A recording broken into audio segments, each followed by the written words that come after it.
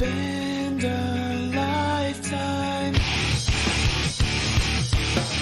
trying to understand.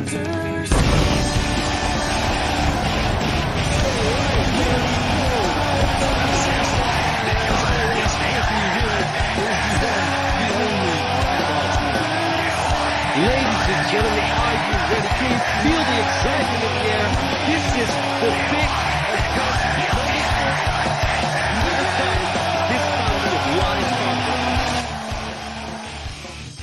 Yeah, that is very true. And we are going to start off with a ladder for the light heavyweight championship. Gonna be exciting. What a first match. This is always fantastic. We're gonna start off with a band with the light heavyweight. That's true. That's true. Always ladder matches are exciting matches. As you said, we have 6 incredible competitors here in this light heavyweight championship ladder match. And we're going to see who claims the victory. We're going to start entrance here at TV4.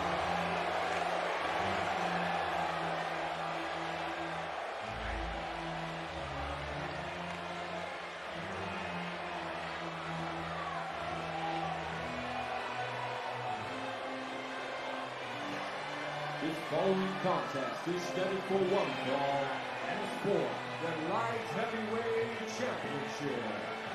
Introducing first, from Baltimore, Maryland, Savio.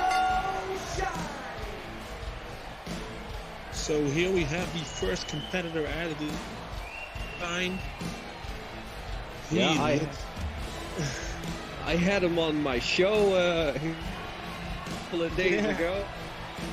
He didn't have a lot to say. He just thought that as long as he doesn't have the chip, it's gonna be fine.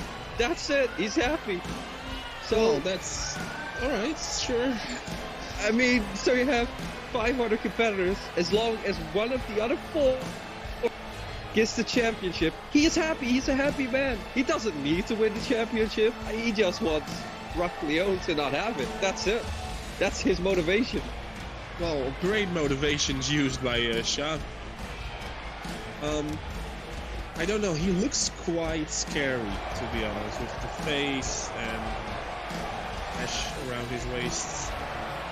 Yeah, maybe it was some mind games on my show. You know, maybe it will. So nobody thought that he wants it. I don't know. I have no idea what this man wants, what he thinks.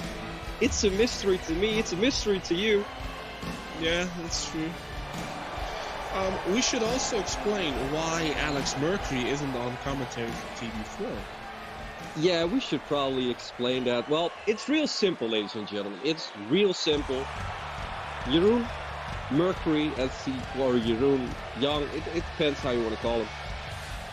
It's one of the main event matches, and Alex just said straight up, I don't care, I'm not going to be there, I don't want to see my brother in the championship match, and he just left us.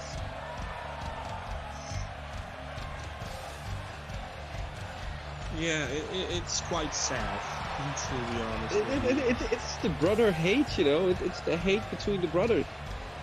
Of course, a member of the E-Fed Elite, Brian Mead, or even, I think it's, to be honest. I'm not sure who's the leader of the E-Fed Elite. Well, I think they pride themselves on having no leader.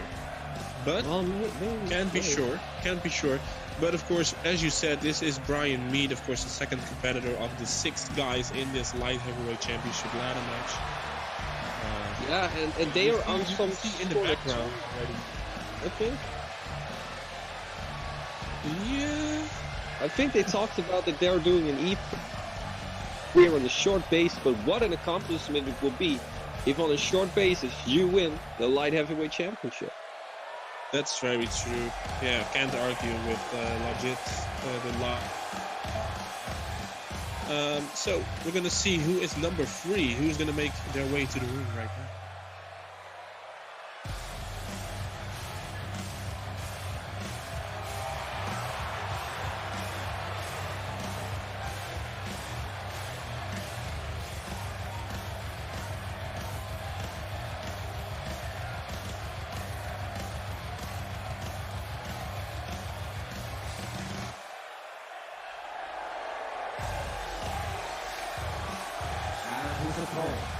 Alright, so number 3 here. At this moment, it is the Punisher, Brandon Knight. So, of course, another great competitive contest of TB4. Of course, he, on TB4 is in a great of itself, but being able to open the show is another kind of accomplishment, because you're the first thing people, you know, it's a big thing. It's a big deal, so to say. You are the ones kind of just setting the bar for the whole night. You could have, or everybody just steps up. Every single match, they step up a little bit more, and at the end we have the best match, well, of the year probably. True. I think that of course every TB4 they want to step it up. This is a bigger stage than TB4. You can see that right here. Like, there isn't any crowd like this. There isn't any stadium that we're ever gonna held another event like this. So you better step up your game, because this is the biggest exposure you could ever get in the world of wrestling. And here we see number 4 coming down to the ring. It's Chase Matthews squad. Amazing opportunity for Chase Matthews. He came here a couple of months ago, joined the Dutch Death Squad, and well, they have been on fire of recent. Yeah, we will see. Maybe Chase Matthews is gonna chase some championship, some singles championship. Yeah, of course, later in the night we're gonna have the Dutch Death Squad fight for their rights as contenders. So yeah, against the this could be a very big night. Chase Matthews wins here, and later on the night they win their titles. They could one of their best nights ever. Yeah, that's definitely true.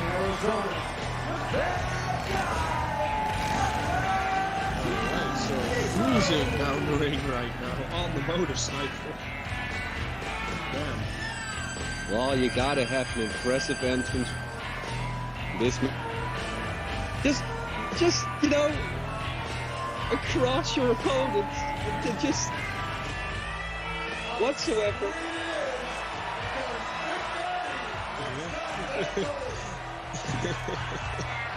It's weird, because I think everybody needs to have.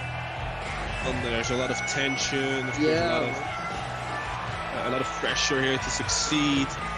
There's TB4, the biggest event that World Wide Wrestling has ever done. And, like, we can't say we'll go up without a hitch, like 8 minutes in, but it's weird. It's a weird environment. It's already better than TB4. That's what. Oh wait, the contention. Also be better. Whoa! And here with the revelation of a lifetime.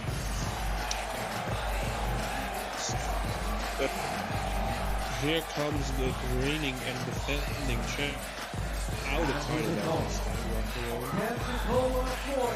Since this championship is hanging above the ring, of course, the only guy that made a significant call out to Leone has Savio, telling that he would be pleased even if he loses, just wants Leone to be champion anymore.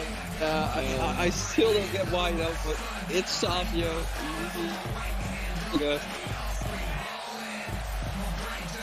That's true.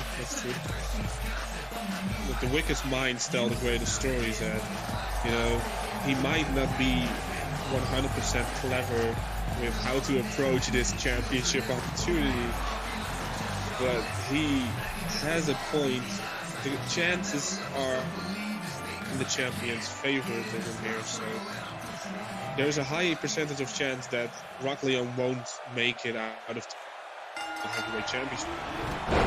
Right here tonight, immediately Leone with a clothesline to Chase Matthews. There's a neck breaker in the back by the EFED Elite, and then you have the Punisher, Brandon Knight, I should say, clotheslining another competitor out of the ring. Well, of So course 4 we can people be in. confused because there are 6 people here, you know.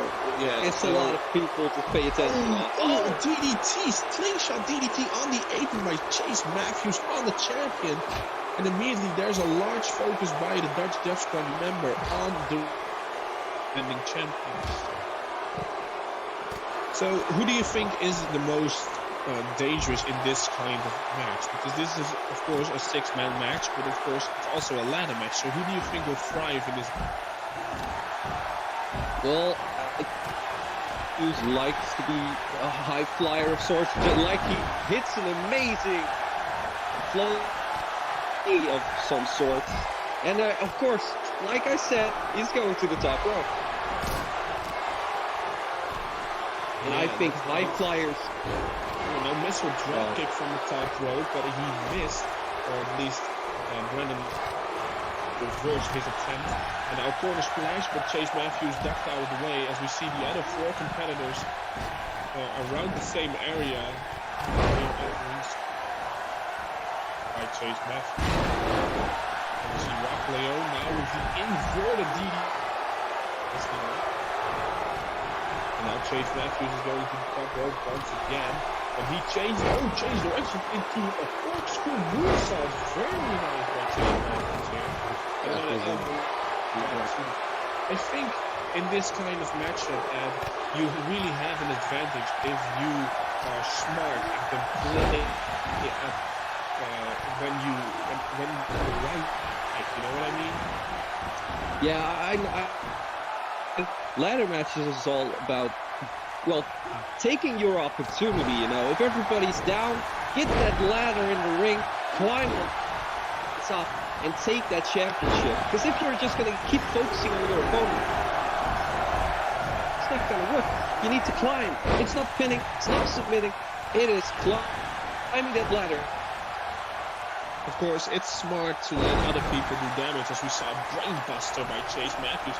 Chase Matthews has been on a roll. We haven't heard much from Chase Matthews himself, but he is showing himself inside this ring.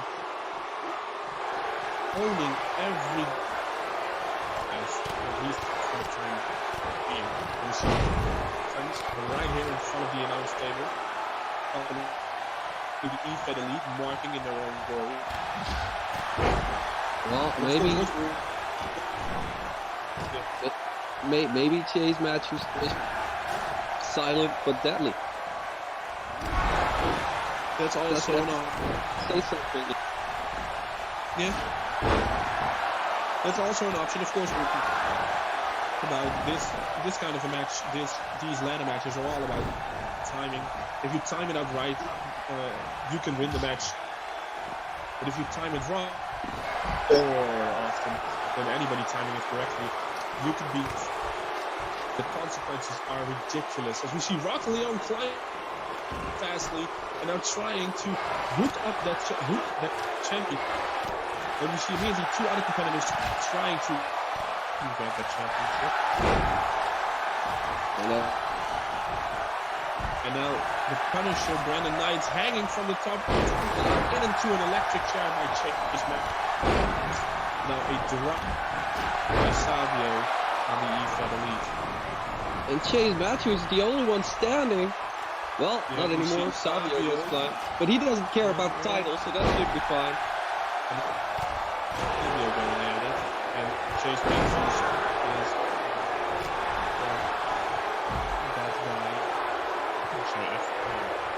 the bad guy. I should say the bad guy. Yeah, the bad. Now Chase Matthews and only 2 standing.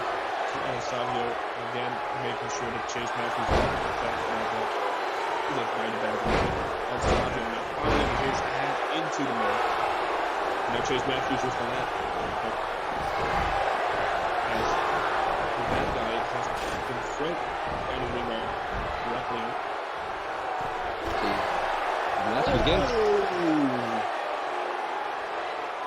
Well, you always take a risk if you climb. Now the Punisher is climbing onto the ladder he set up himself.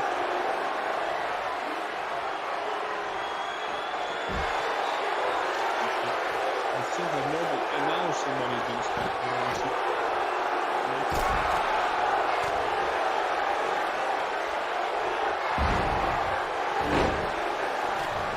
Savio grabbing the title. Nobody very conveniently that guy off the ladder, and it makes sure that he hit the Punisher. And Savio has held up the championship, and that means we have a new light heavyweight champion in Savio Shine. So we have the man that didn't care about the title. He only cared about Rock Leone not having the title anymore. Well, yeah, it was all out by Savio. I can't think of anything else, because Brian looked there like he's not going to grab the title because he doesn't want it. Savio with an attack to Rock Leone, attacking Rock Leone with that ladder here. Poor sportsmanship. He already, that's the thing he wanted. He made sure I punch champion now with a power slam right on the. He just wants to make sure he doesn't get after his title, because it's his title now. Congratulations to Savio. Yeah, well, the congratulations have already been given, but this is just ridiculous. And he's going to go ahead and do some more. As the referee's coming in, trying to make sure that Savio is alone, but he isn't powerful enough to stop this professional.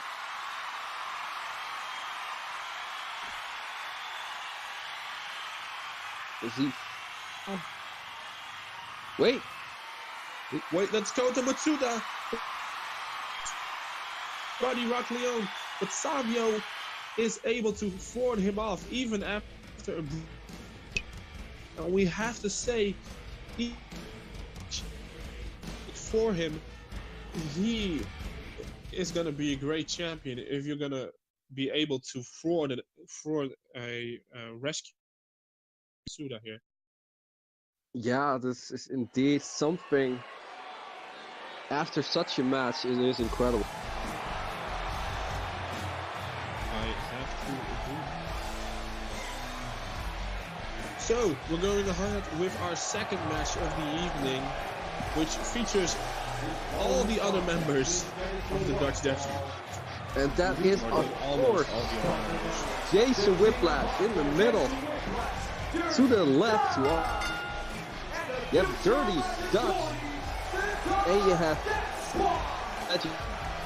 right side, the Dutch Death Squad, ladies and gentlemen. Of course, their leader, AK-47 Chiel, will be in of the main event matches here later. It's be in the World Heavyweight Championship match. What is absolutely incredible that he's in there.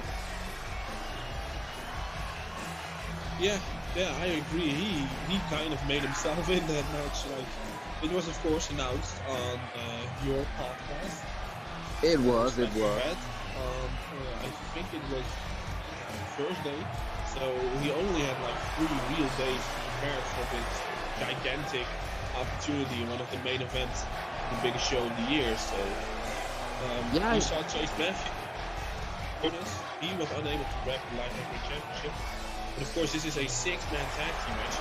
The winner of this match, either team will win contendership and a match for the tag titles and the mid-card title opportunities. So for the international title and the United States Championship fall.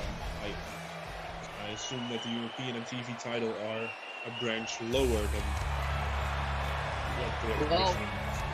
This is gonna because these two teams are hungry. They wanted, of course, Beard Revival, former tag own right, and the DDS trying to get their first title. Yeah, that's true. So we're gonna see. These two teams have squared up before on paper. Know a little bit about each other's strategy, so this should be interesting. They have been a thorn in the side of each long while now. Of course, Jeroen, one of the challengers for the World Heavyweight Championship, has teamed.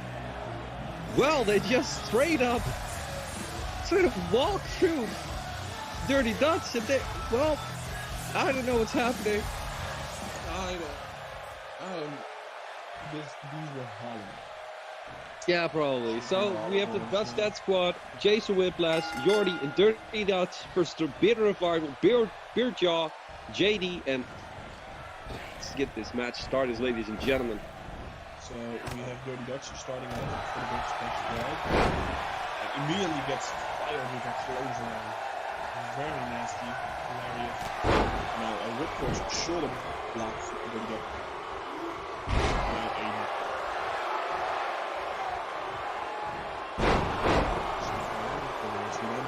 So, and of course we've seen as per being very much different composition of the Dutch Squad. Yeah, that's this version of the Dutch Squad apart from the other version.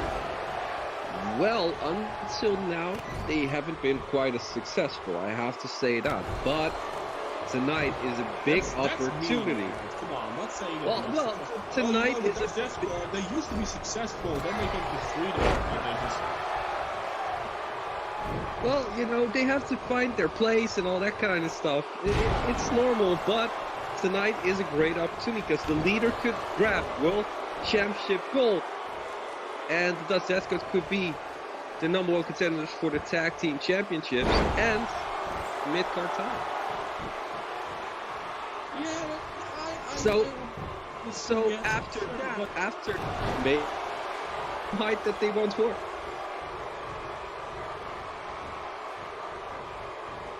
Yeah, could happen. But it is still a mean comment. Like, they've been here for a long while. It's not like they've originated yesterday. So if this doesn't work out for them, then maybe wrestling isn't the place for the Dutch Squad. No, you kind of have to. It's a talking that I'm talking mean, but that's even meaner. If you not just quit, stop with this, because you're just not good enough. No, that's not what I'm saying. That's what you're saying. Elaborate. What I'm saying is that at the moment, the company doesn't mean that it works everywhere. That it works in Russia might not work in New York. You know what I mean? So this have made themselves in a leading group. They dominated that company, but it's not working in worldwide wrestling. And sometimes you need to be honest to yourself and say to yourself, well, this isn't working, let's try something else. That's what I'm saying. But how do you know that it's not working? Because you don't know what this match is going to bring. Well, I'm not saying it isn't going to be won by the Dutch Squad. Of course it could be.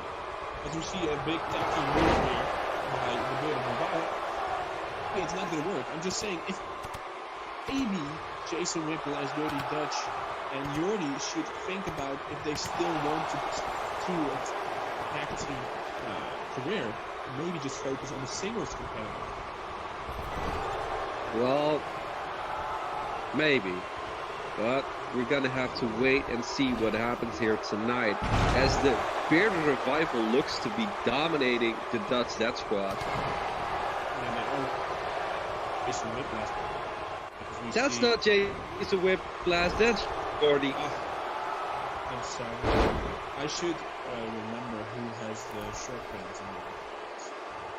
And he said a diving punch from the middle rope on a bit of a revival. Are you saying they look like each other?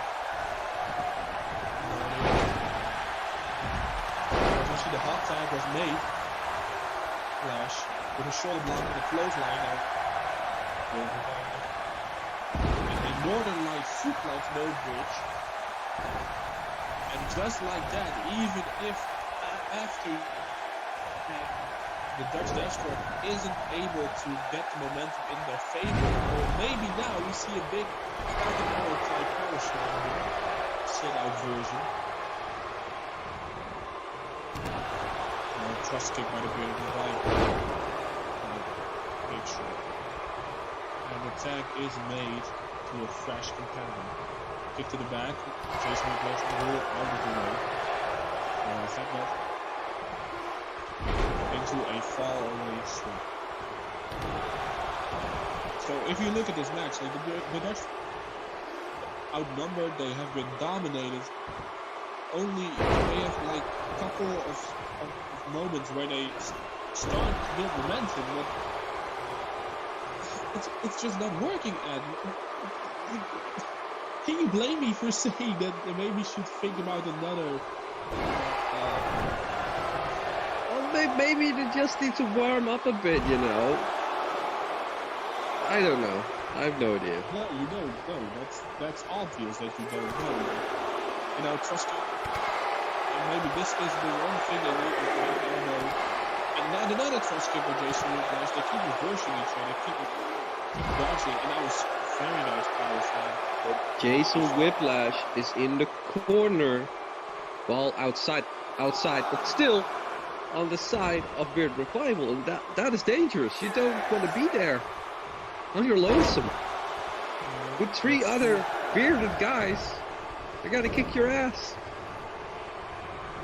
Yeah, now we see a reversal by Jason Whiplash, and the corner splash immediately missed. And just like that, Bearded Revival takes control again of the Guthrie suplex.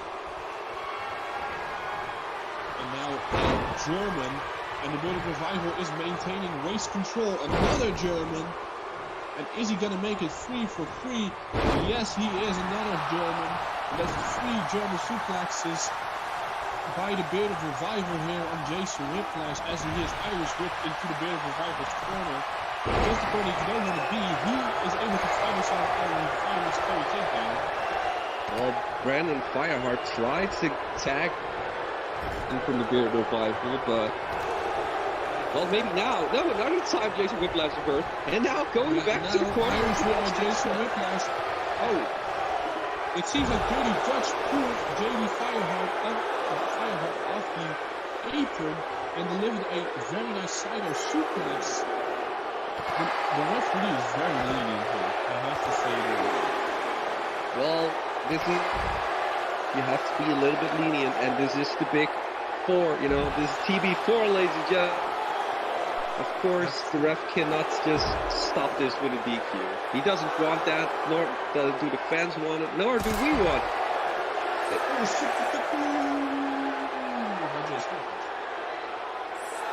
Now Jason Whiplash. Oh, very nice. I think the referee is already at a 7 count, or 8 even. You need to get back in. Well, the Bearded Revival is trying their best. What? That's physical back in, and it's probably just on time. Just in. Donnie defeated the legend with a big running knee on the side of the face. Now the Bearded Revival. Is he gonna attack? Again, nope. No tag.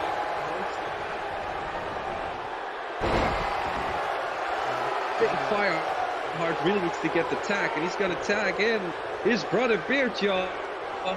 Ryan Beardjaw.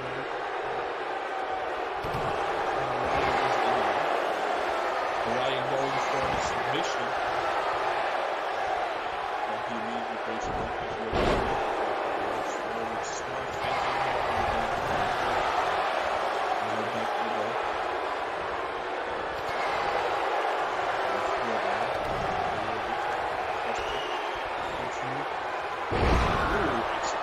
Very nice. Into the cover. 1.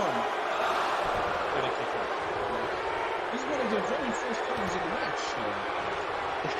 I know, it's been all just trying to destroy your opponent. And of course, we also have the problem with if you're going to go for the pin, Ardian is going to break it up. You have 2 other competitors you also need to worry about. That's true. That's very true. Now, Beardjaw with Mercury on the outside of the ring, as you see the next one looking lonely team. If they interfere, they risk disqualification. And they want those tag title and single title opportunities in the future as it will be flashed. They are very smart not to interfere with this moment now, because of course the referee is lenient now, but he won't be lenient forever. No, that's them being really pissed off. Oh, wait, Jason is done with it. is pulled down by Dyrgos, so Dyrgos could Dirty Jordy touch again, but Jordy can. But Jordy isn't on this planet anymore. He's gone. He's gone somewhere else. His head is probably all the way in the United Kingdom right now. As you see a jawbreaker now drop to a hole, puts him in the second goal. Oh, what is this? Dyrgos is going to do something. Oh, tripping on the back. And now Jason Whiplash stripping here. And Jordy has made it. He is going for. Cross arm breaker here by Jordy, the future legend. Is he going to make Beardshot tap out right here in the middle of the ring at TB4, the biggest event of worldwide wrestling? And it seems like no, there's no tap out by the referee. And now Jordy makes the tag to Jason Whiplash.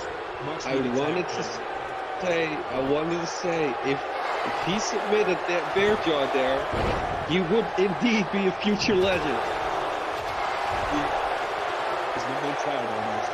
Almost, but Jason Whiplash in fire harness for some reason in the ring because he broke up the pin that was Jason Whiplash was doing. But Beardshot is still legal. So why is Jason focusing on the wrong legal competitor? I mean, evil competitor. This doesn't make any sense. I don't know. All hell is breaking loose here. Yeah, because you see Beardshot with the over in that corner, and he is going for something big here. The Stampede, the Beard Stampede here. Now JD with some kicks, and again tagging, and stomping down with the might of their big beards here at TB4. As we see a running drop kick into the corner, assisted. And now JD with the cover, and really just breaks it up and well, he probably needed to do that, because if he didn't do that, that could have been it. Because that must have hurt for Jason Whiplash. In the confusion, the ref was down, and the low blow by Jason Whiplash. And the referee for the clothesline. And now Jason Whiplash might be looking to get a revival. He's going for the package power driver by the touchdown. Whiplash on the cover. 1, 2, and a kick out. Kick out by JD. I can't believe he just kicked out right there. I am impressed with the resiliency of the Beta Revival, but now it seems like Jason Whiplash is making himself even more savage by stomping on of JD as he takes in Dirty Dirt, who also is focusing on that left arm. Now trying to pick him up, JD with his right arm, he clotheslines him. Very smart thinking in by JD using his right arm instead of his injured left arm. Now the DDT by Dirty Dutch. Now I actually think that these two guys in the ring right now are the freshest guys, because they've been in not that long, to be honest. JD a bit longer than Dirty Dutch, but Dirty Dutch hasn't been. Yeah, Jason been in the ring the longest, so this is much more. Oh, very nice dominator here by Dirty Dutch. But I think Dirty Dutch fresh than JD, even after that low blow, and of course the package pile driver. Yeah, but he's going to attack in Jordy. I don't think that was so smart. I think the most out of this tag actually to have 3 make people rest. Or maybe the Dutch Dustin is thinking, maybe use strategy. Maybe. Wear out your opponent. Make sure that don't over accentuate your own abilities. Maybe they see Dirty Dutch just the strongest of the 3, you know. It could have been that's why he's getting the most rest. That's also, of course, as we see JD now with Jordy, the future legend, in a vicious head. JD says it's done. He focuses on the right arm. Again, it happened. He isn't doing anything too good. He is for something big, so maybe it's gonna happen. Now we see power slam underneath. Or slips from out from the backside. Trying to get in a test of strength. JD maybe not the smartest thing to do here. That's not the smartest thing. And right in front of Dirty Dutch. Good. Now good. From the 8.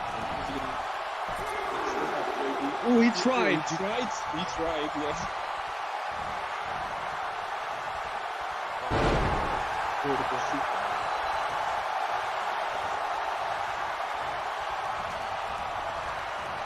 JD with the Irish whip into, and it seems that yes, he is going to tag Firehard, a much needed tag here, and they are going to do this. Oh, a double stomp in onto the backbreaker. That's going to be a to be able to kick out 1, 2, and a kick out by Jordi as Bearjaw came in and is raining down punches on Jason Whiplash, who is busted open at the forehead. And this is going way down south for the ball. Well, Jason likes that, remember? He's a former hardcore legend, as he likes to call him. Well, not really anymore, but it was. Oh my god. With stretch muffler here applied on Jordi by Firehard. Is Jordi going to give up? No, he's able to fight out. Very nice excursion. I been a revival. I haven't seen him do that before. No, that is indeed an obscure. See that a lot anymore. It's very old school. Very nice to see a throwback to the old school style of right there. I agree. And now they have Jordi. Now flawless. It seems like even after the bulk up with the low blow, the Golden Revival was able to recover from it. And now it's fully in control. Yeah, I must say both these teams have been and a lot of strength and resiliency. I don't know who's going to win it anymore. I didn't know beforehand, but now it's even more of a guess. Now it's even worse. Yeah. I will say this though, both these teams deserve it after the showing that they've shown here. True, and now we see Jordi. I should say JD, sorry. And now JD tags in Bearjaw, which is very convenient because I always said Bearjaw versus Jordi. Jordi also needs to make the tag. It's just a lot of beards. I can see why you get a little bit confused by all the beards. Kick to the midsection. And Jordi into another X-Plex. Into the 1, 2. And a kick out at 2.5 by Bearjaw. I think that was the closest and so far. Wow, is he gonna lift up? Holy shit! Powerbomb by Jordi on the much bigger Bearjaw. And it seems like Jordi maybe is gonna pull this one over the edge. And again, the cross arm breaker. Is Bearjaw gonna tap out to do the match? Yes, he is! Tapped out! The Bearders revival here at TB4, guys and girls. This is only something you see at the biggest event of worldwide wrestling. Such a shocker for the Bearded revival to tap here to Jordi, who made himself future legend of this industry by tapping out the ring ad. I can't believe it, but indeed he made his name worth something. He is indeed because tapping out a man such as that is no easy feat whatsoever. Incredible both teams, but the congratulations goes out to Dirty Dutch, Jason Whiplash, and the one that tapped Bearjaw out, Jordi, the future legend.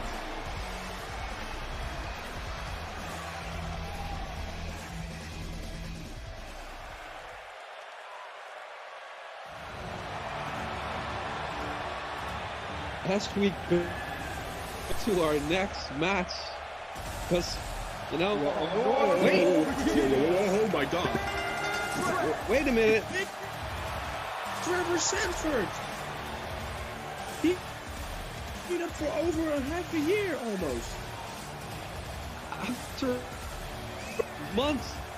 Well, he was just gone for 4 months, and now he's back, and it says back to dominate. Holy crap. Damn, what is he doing at TV4? He's been on a 4-month hiatus. It's been 4 months since we last see him in Freedom, and he's back to dominate apparently. But what does that mean? Who's he going after? What championship does he want? Who does he want? What does he want? Well, this is certainly a way. What? Well, he has the mic. Let's hear what he has to say.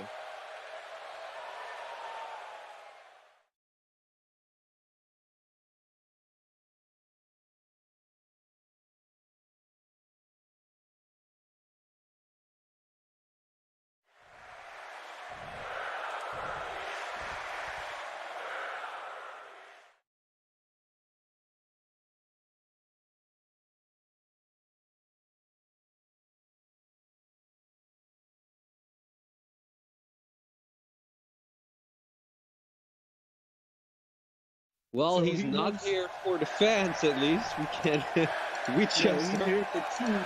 He's here for two distinctive individuals. Felix Stone and Darius Carter. But that is not Darius Carter or Felix Stone.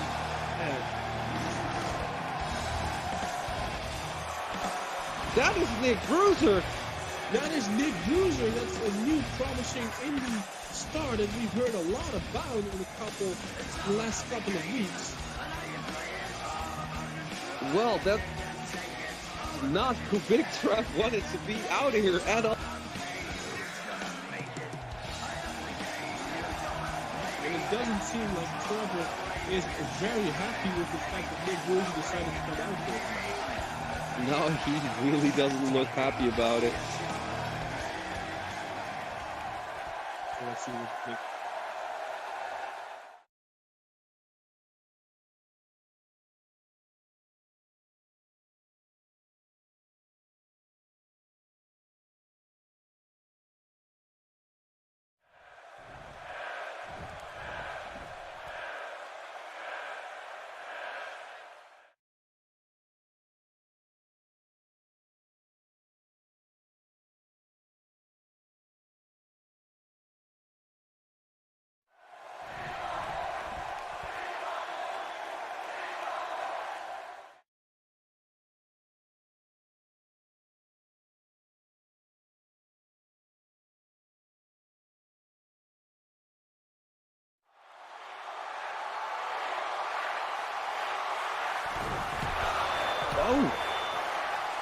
Oh, Nick. Oh, it seems like a brawl is going to break out here with the return of Trevor.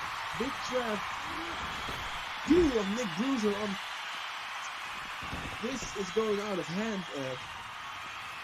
It really is. Maybe get some security out here. And now both of them back in the ring. And now Nick Bruiser with a big whiplash from the top rope, dragging from the top of his head, dragging him down into the mat. That wasn't the top rope, Sandi. No, oh, spear! Spear by Nick Bruiser on the floor. And now the Dragon Screw by Big Trev here.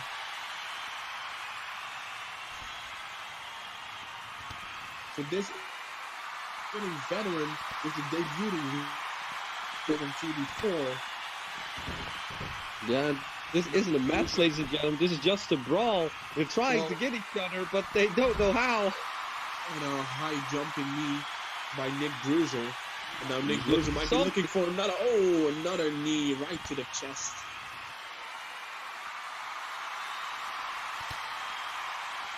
And now Trevor fighting that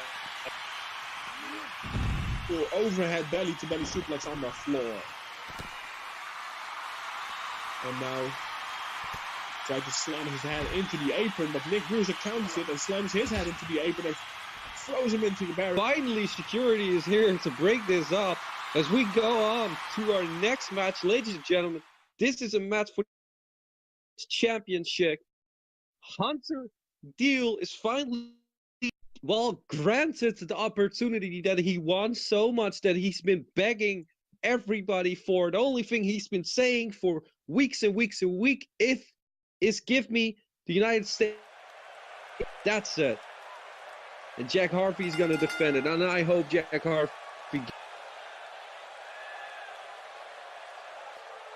I'm going to be honest, I hope so too. I'm going to grab a drink real quickly because my throat is going to be sore from all these happening. That's okay, son. There we have Hunter Deel, one of the original snakes in Treat Up. Yes, I just said that. Do you think I care? I am the one and only Ed. I don't care. But Hunter Deel is looking to get that championship contention, ladies and gentlemen. He probably wants to make it the Korean championship because that's the deal is. He is not a real American. He isn't the American superstar, the hero that we all need. He is the guy everybody hates. He is just an annoying little prick. And he wants to make this the Korean championship. I'm going to go back for you at contention. Because I'm continuous like that, you know?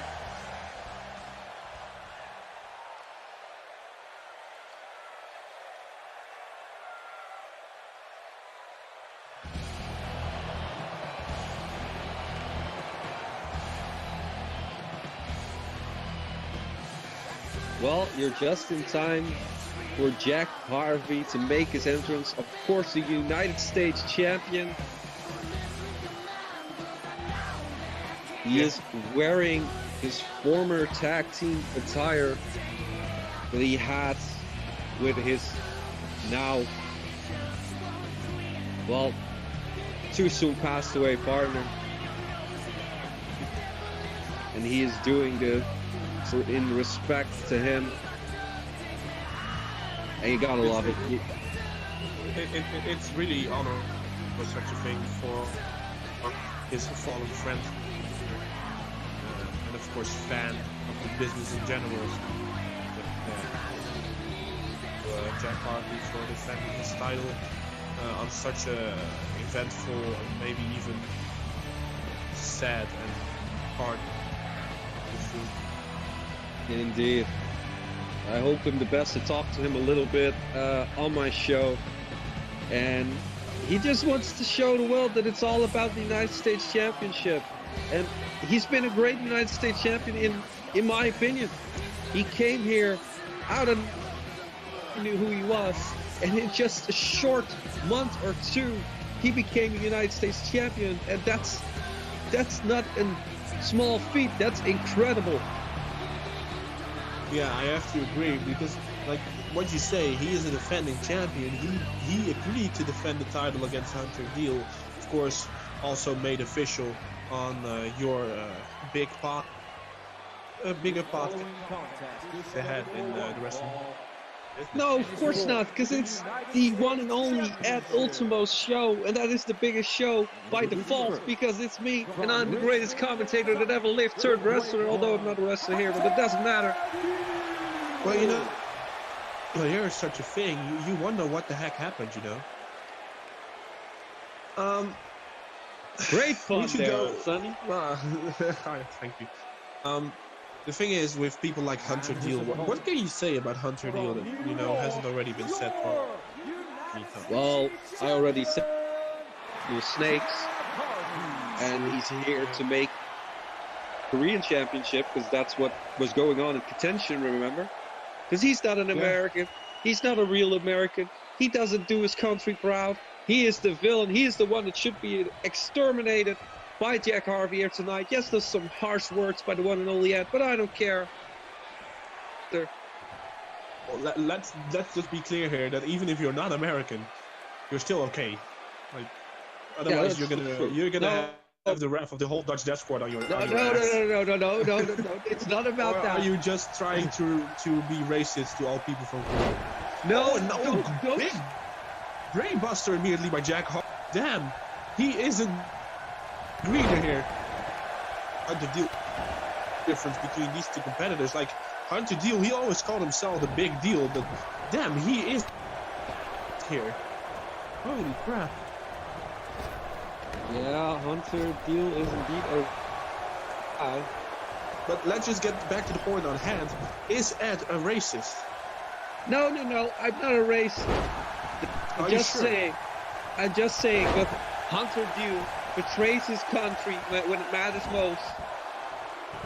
That's all I'm saying. Is your stance on immigration? Don't start this, Sonny. Don't start this kind of conversations here. I already got in trouble for my last remarks of contention. Importing? Are you a human trafficker? No, Sonny, stop it. Desperados from the Netherlands, that's it. Oh yeah, the Desperados. And where does Desperados come from? From Mexico. This is why we need the wall. This is why Hunter Deel is right. What? You have to be honest here. Like, oh, we see a full Nelson face buster here by Jack Harvey. I get argue with Hunter Deel. Like, you want to protect your country. Like, you say he's not a real American, but he's not trying to build a wall between North and South Korea. He's trying to build the wall between America and Mexico. That's what these real Americans are trying to do, and Hunter Deel is supporting them all the way. That's what he does. And you like this? You support this? No, I'm trying to. No, I consider myself a worldly. No, you just supported that. You just said that you support Hunter Deel. No, don't try to put words in my mouth. Go drink some more Desperados. You sound like a moron right now.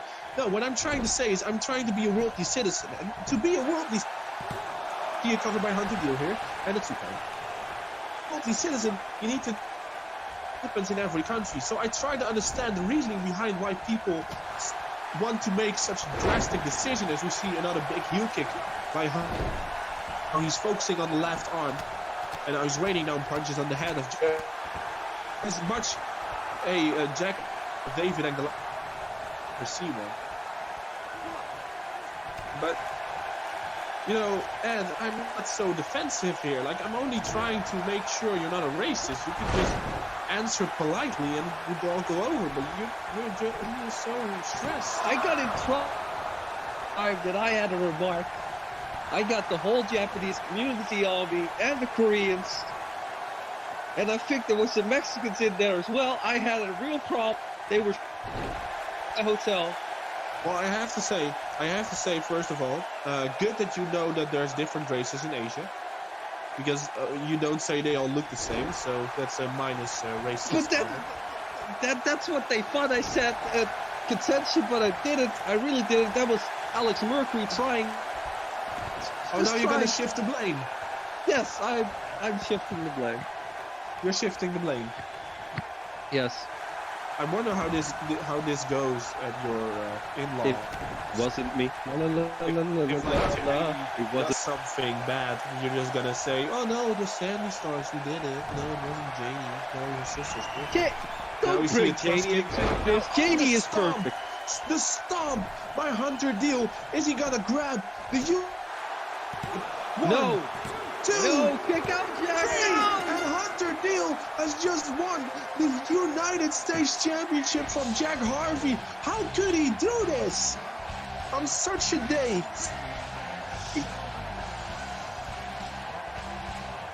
I'm gonna go cry in the corner. You do that. Go and cry in a bottle of Desperate to drink later on. Fuck because you, that's Sonny. what all, that is the first F-bomb. You know why? Fuck you know you, why? Sonny. You know why? You know why? Because every fan that is in here tonight is going to be as salty as your tears are going to be in that bottle of Desperados about this win by Hunter Deel. See, I pulled that one back. Nobody's happy here. Nobody. The only man happy is Hunter Deel. Korean Championship, what he always wanted, because it's been named the official now. I don't care if anybody acknowledges it, but it is what I would call Hunter Deel. He's the Korean champion. He should be stripped of the title directly. No, just no. Champion, like what? Oh, wait. Oh, good job. Bearjaw talking to Dyrgos. Just showing some support for the big match that Dyrgos is in later. Very nice showmanship here by Ryan Bearjaw. So now we're going into a tornado tag team match, and before we get to that, I just have to ask, what side of Korea is Hunter from? South or north? North. All right. I don't like these kind of victories. It only shows the bad examples for children that are watching. Like, the only thing that Hunter did was complain until he got his... There are other people who tried to get their match, people like Asriel Victor, who even won the European Championship on the pre-show from Chino. He asked and earned his opportunity, and Hunter did the exact opposite. So...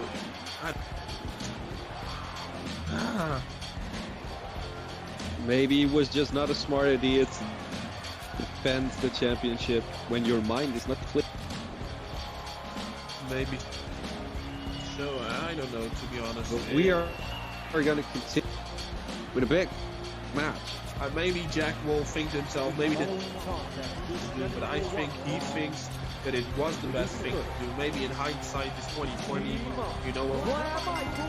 But he had his friend who sadly passed away, and he wanted to make sure that he defended, that he represented him and his friend here. It's only an honorable thing to do. It is. It is. As we gear up for the tornado, of course, the Nightbreed come Michaels and Remy Blackheart. Very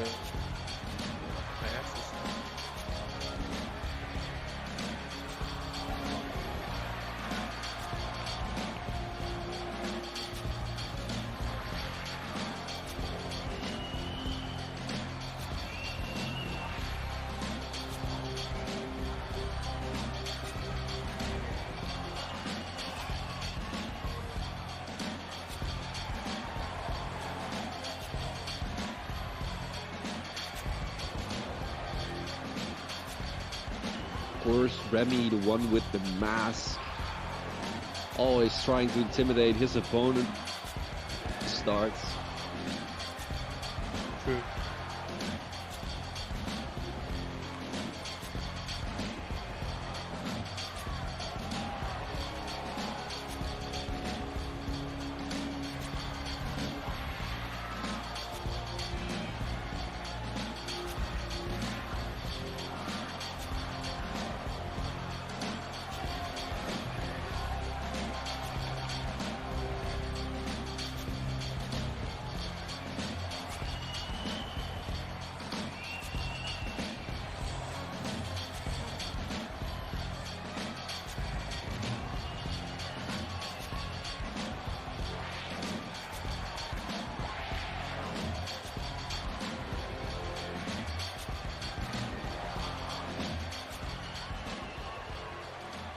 Of course, former tag champions. So now we're going to look at the guys that have been a thorn in the side of Flat Michaels or Remy Blackheart for a long time. Not only probably there, to the entire roster of Worldwide Wrestling. Yeah, and that is Big Way and Mark Red. Code Red, of course, of the Red Army. Their leader will be in a big match tonight because he will have the main event match against Jason Thomas for the Worldwide Wrestling Heavyweight Championship. Well, that's going to be so we can have multiple Red champions here tonight. Of course, this is not for a title, but they could have a big win. And then later tonight, we have Prince Hardcore Championship match. So they could hold a lot. Yeah, that is very true. Officially passed on this broadcast for us to come. So please stay tuned and make sure that TV4 is going to be trending worldwide. Oh, of course it is. This is the biggest show that you can think of in wrestling.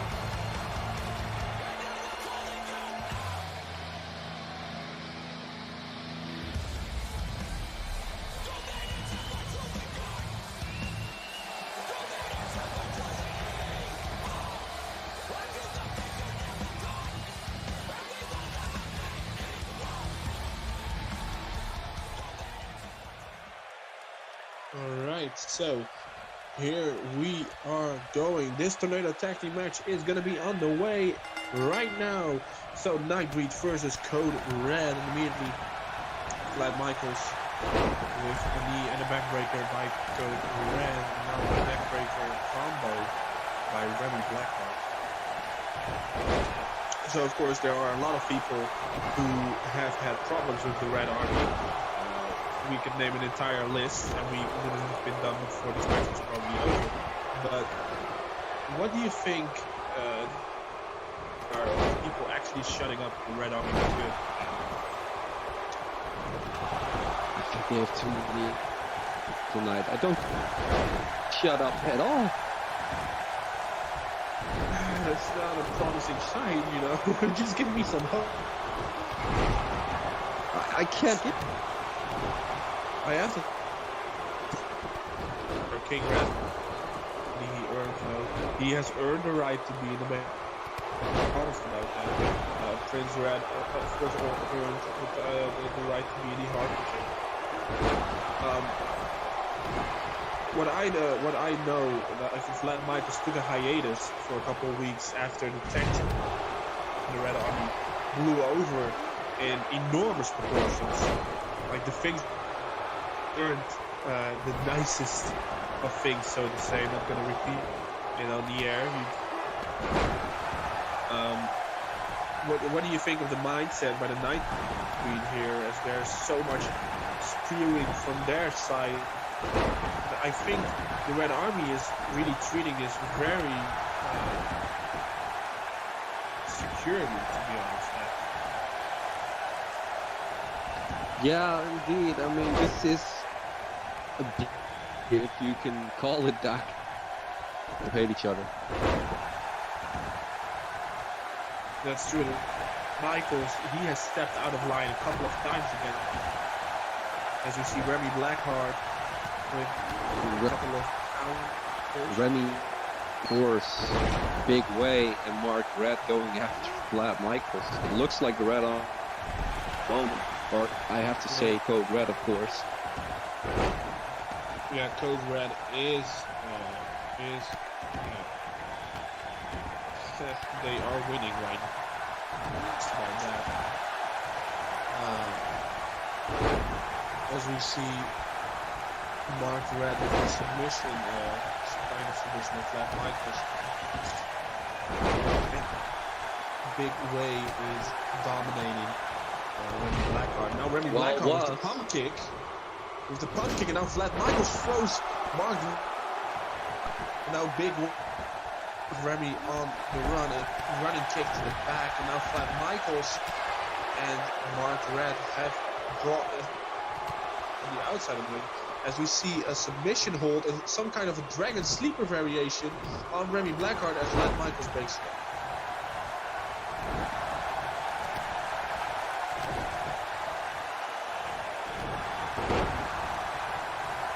Very nice swinging neck breaker. Yeah, and again, Code Red is on top. They are dominating. They've been dominating for a big time, you know. That's true. Yeah, they have been. And now we see a cross arm breaker on Remy Blackheart, and Remy is able to fight out of that for now. As we see still Mark Red, Michaels, and Nightbreed being dominated in general by Code Red here.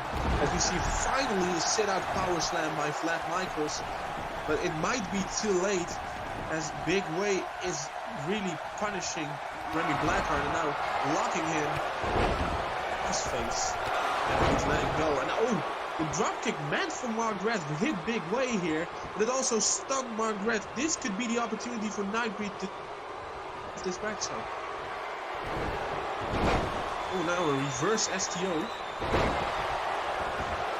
And finally, the Nightbreed have some momentum going. Yeah, big wave already countering. I should say Mark Red. It's so difficult to commentate on a match such as this, because this is just straight up chaos. It's Double pin! 1, 2, ooh, and a kick out, and another 1, 2, and another kick out. Shouldn't the ref count both at the same time? Well, he was behind Big Well, Wave. he was. Maybe he didn't see it. Michael, so he didn't see the other pin until the other one was broken up. So. And Big Way is a big dude, so it's not that weird. No, it's not impossible for him to not see it. Now we see a super line and now a roll up into a deadlift set out power bomb of Flat Michaels here. What? In the middle of with one arm indeed. Now of course Flat isn't the biggest guy. I have to say that, so maybe it's not that difficult for a big guy like Big. Flat now with the DDT on Big Wave here. Will he get the pin though? Takes it up. And now he is taunting with the crowd, but that wasn't the best decision that Flat Michaels could have made. And now Nightbreed and both in the same positions here.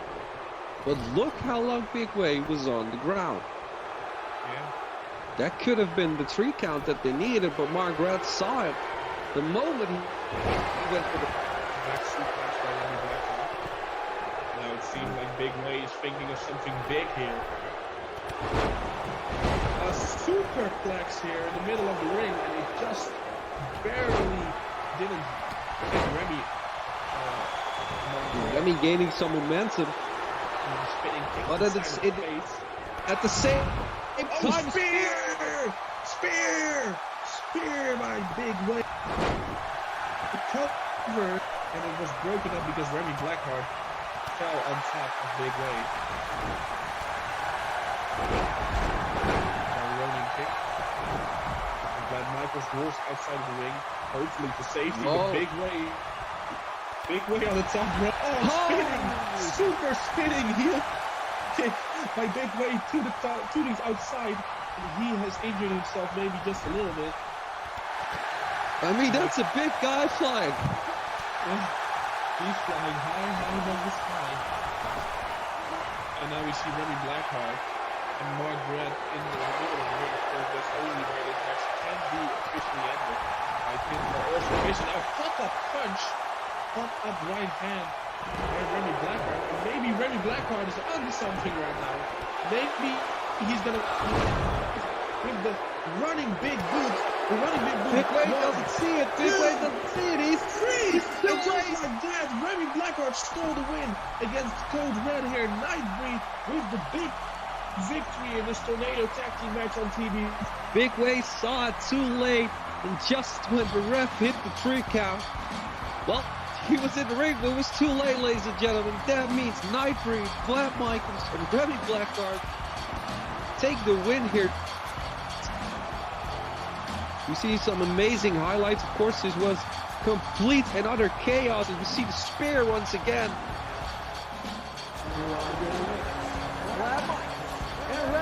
Congratulations goes out to the Nightbreed for a huge win here on TV4.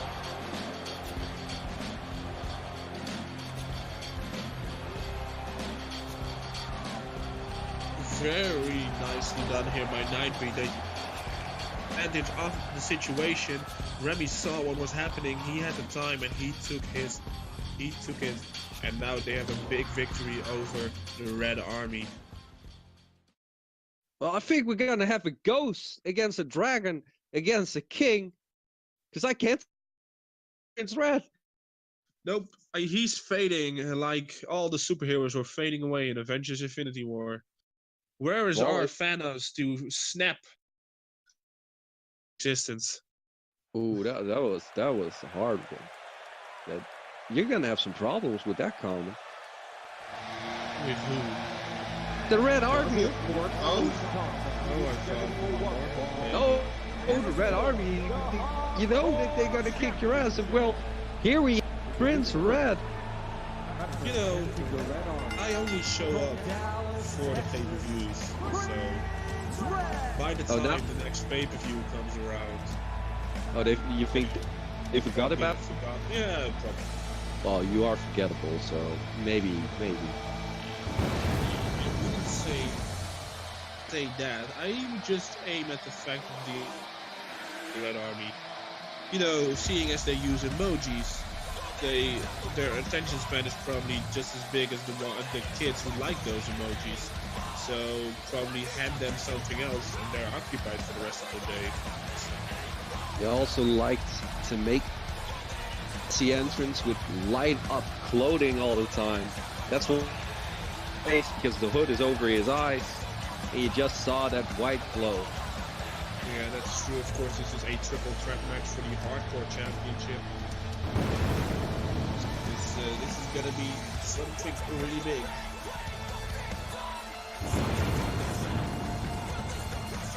Well, I think all the budget for fireworks are for Prince Red, because then he has a lot of fireworks. It's getting hot at the commentary desk, because that fire almost burnt my face off.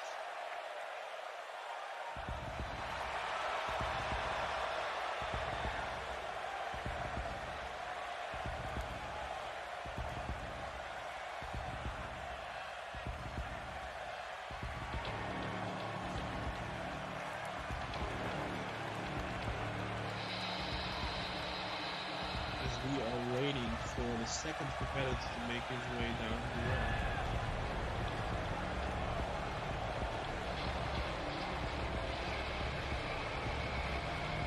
Yeah, and of course, this is the sound of a dragon.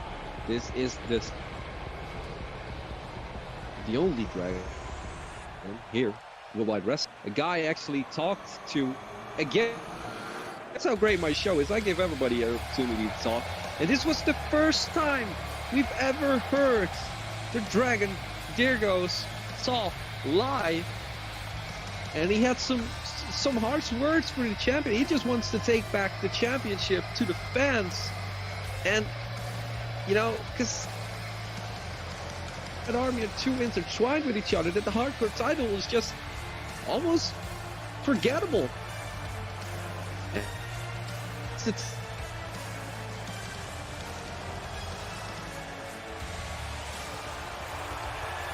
Dragon looking impressive here tonight. Yeah. He has only been in Freedom for a month.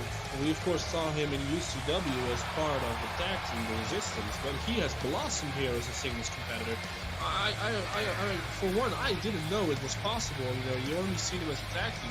You know, you don't know what's going to happen if they become a singles competitor. But he has made the transition very, very nicely, and he is showing off his incredible attire here. It looks awesome. Attire, dude. This was made with detail, ladies and gentlemen.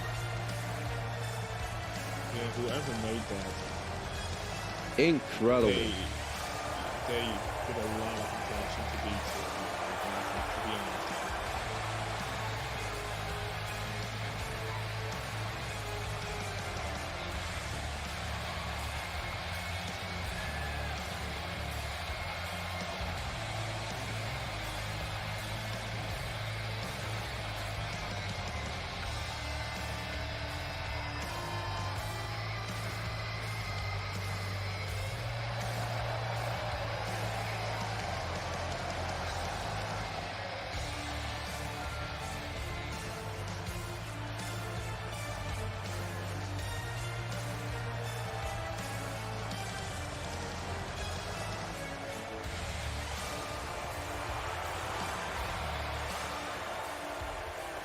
Well, gotta have to say one thing about Dyrgos. He looks ready. He looks ready for the big stage. He does. Well, there's only one guy left, and that is the reigning, defending, feuded, hardcore champion of Freedom, Chris King Harris, and there he is, in the stands, I think, or he just magically pushed onto the ring. I'm not sure where he is standing right now. Oh, he's pro. All right, sure. Yeah. He's walking on the Is he crowd. walking over the fence? He's walking over the fence. Is this crowd surfing? Well, he finally reached the destination that matters. That is the ring. Yeah. He took the weird way to get there. This is a lawsuit waiting to happen. I think this is a lawsuit waiting to happen. Yeah, I agree. I've heard the expression of using people as stepping stones, but this is literally using people as stepping stones. I mean, well, he was attacked and brutally ousted by... He has had his fair share of haters, but... Like, I'm not sure if they, like, put everybody who hates King Harris in front of him and he just, like, stepped all over them. Like, look at me go. Yeah. Oh, he's like... Oh, I just... He's like Mario, and he's using the people as Goombas. Wow. Yeah, that's a great comparison right there. You're looking at me like...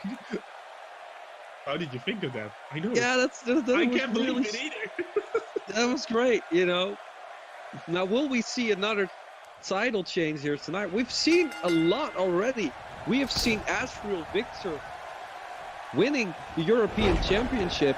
We Bo Wolf, whoa, defeats Whoa. Justin. Is the new TV champion. We've seen some incredible fight. We see Savio,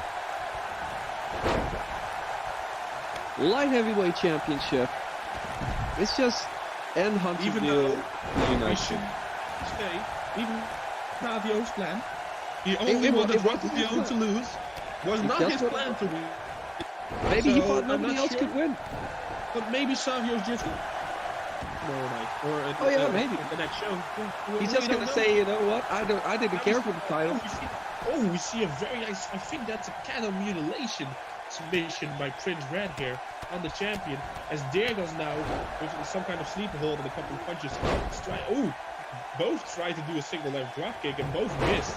Now an arm takedown by Chris Harris. I should say King Harris. I'm sorry. If people are noticing that I talk weirdly, it's because I'm having a very nasty cold.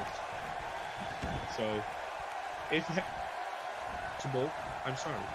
Well, you always did shit anyway, you know. So it doesn't matter. People still think it's the same. Don't try to take. I'm just trying to be nice to the people who are listening to this. I see Dyrgos, he dodged the strike by Prince Red and clotheslined him over the top rope to the outside. And now he seems to be looking for something big. The Dragon is flying, double axe handle to the floor. And now it's King Harris versus Dyrgos one-on-one. And now Dyrgos, with a spinning Samoan drop. Very nicely done. He should call, of course we have Ronda Rousey in WWE who calls that the Piper's Pit. Well, I think Dyrgos should call that move the Dragon's Lair. As we see a spinebuster by Dyrgos. Don't you think? Dyrgos just hit the referee. Was it Dyrgos or was it Prince Red? Because he came charging in as well. Well, it's true. Maybe. Well, that's the referee done for. Yeah, no. Guys, I get this is a hardcore championship match. Don't take it out on the referee. Well, referee's back. I'm gonna say I will be the referee for sure. But no, not shown yet. Yeah, well, I agree. You can stand there and do nothing, and sit there and do nothing. So, entertained by me. So, what did you think of my name for Dyrgos and Mood? Yeah, it was good. It was good. I don't know if it is his finishing move, but maybe he should make it that name, and nobody would kick out of that. Nobody. And once again, we see the submission by Prince Red here on the champion, and Dyrgos comes in to break it up and save the champ. Dyrgos, the smallest guy here. Yeah, Dyrgos and Chris Harris both fail in comparison to the size of Prince Red. But they of course can team up. Super kick by Dyrgos on the champion. For the cover, 1, 2, and broken up at 2.5 by Prince Red. That was just in time. That looked like it was gonna be it. I'm not gonna lie. It really did. Now Dyrgos hang up on the second rope. Prince Red on the second rope with the leg onto his lower back. And now Dyrgos looking. How does he have this much power? The twisting dragon! The dragon twisted him around like it was nothing. Now, I'm gonna say something here. Ladies and gentlemen. He stole that move from the one and only Ed, because that's my move. That is respect the hat, ladies and gentlemen. It is respect the hat. No, I did not copyright it. No. So stop complaining. He did it great, though. He did it great. He learned it from me. I mean, come on. You learned it from Dyrgos? Yeah. Oh, no. And now we see a cover, and then broken up at the 1 count. And now Chris Harris clothesline. Irish whips Dyrgos into the corner. Back out. Although, not a super kick. No, it wasn't. Well, it was a running super kick. It wasn't. Right. And now Dyrgos with the pin of Chris Red. 1, 2, and broken up. The king, of course, still the king of the hardcore division. Still king of the ring, at least until next year, 2020. So, and now again, Dyrgos for the cover on Prince Red. 1, 2, and a kick out at 2 by Prince Red. But Dyrgos has been looking impressive here tonight as he gets hit by a huge side slap. What? Wait. What? Okay.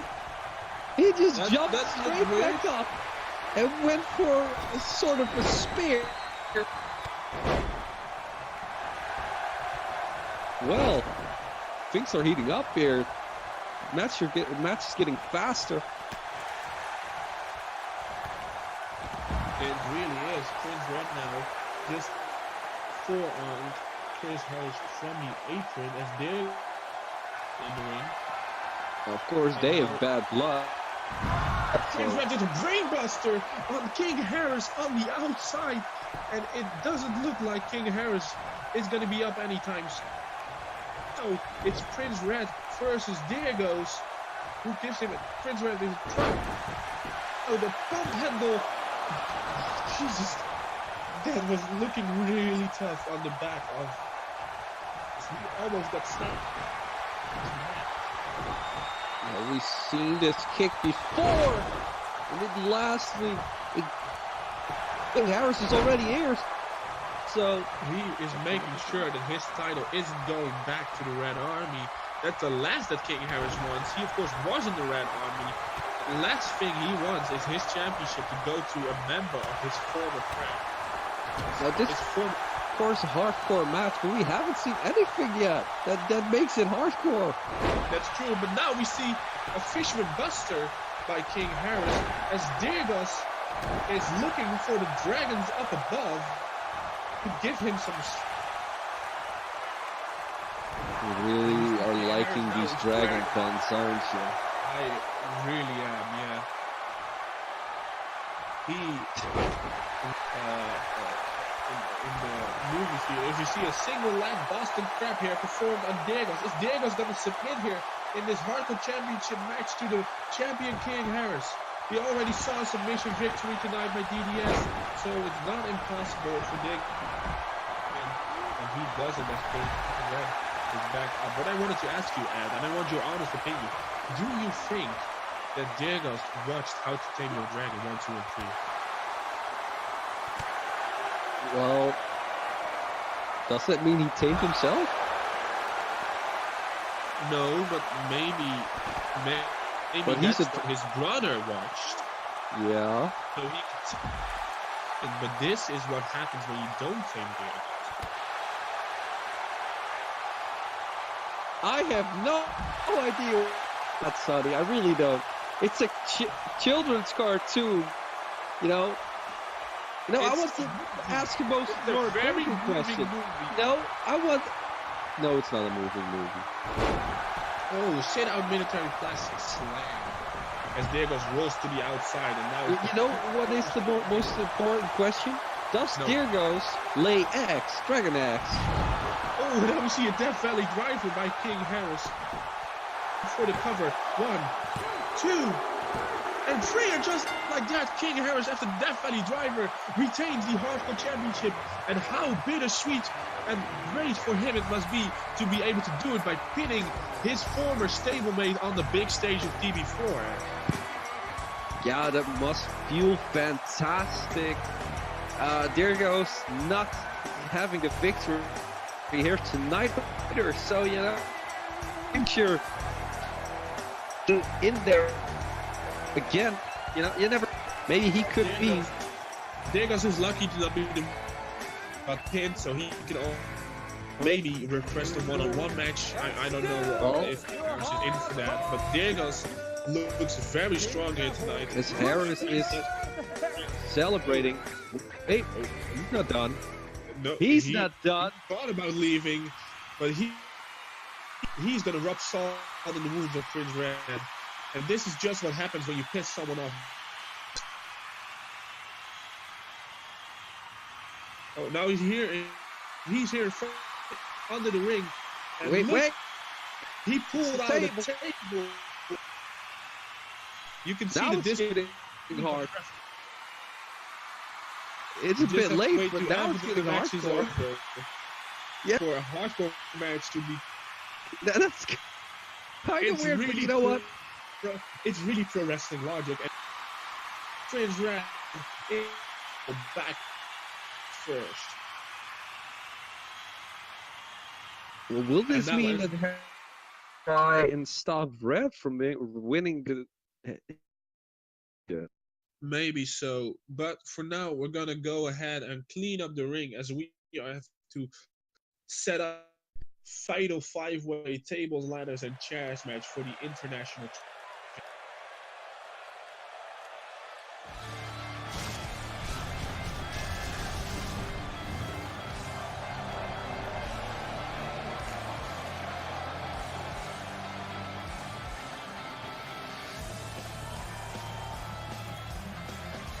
Following contest is scheduled for one fall. And it's tables, ladders, and chairs. Oh, there's one line. International After seeing Chris Harris do such a thing you have to wonder what's gonna happen to the king, to the kingpin of the Red Army in the main event later. Is Chris Harris gonna be him as he was? I wouldn't be surprised, to be honest. I really wouldn't be surprised. As Darius Carter enters the ring with 2 katanas.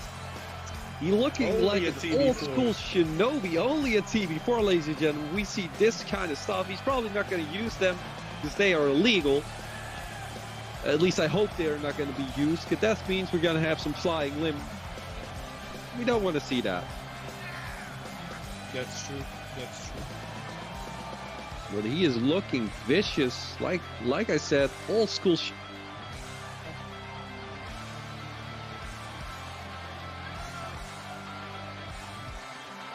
Incredible.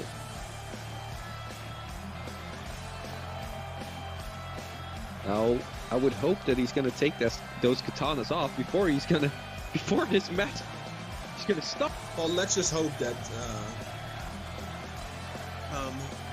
that the referee forces him.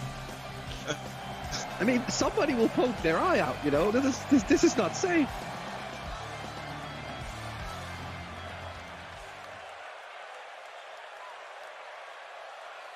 Okay, thank God. He listens to us. Well, let's...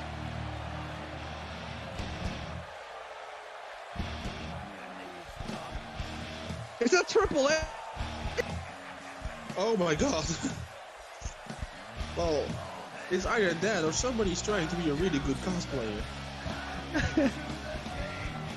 Okay, it's not Triple H. It's not. I really thought it was Triple H for a second there. I thought he was present to the biggest show in wrestling, but no, ladies and gentlemen, it is Bobby Wade.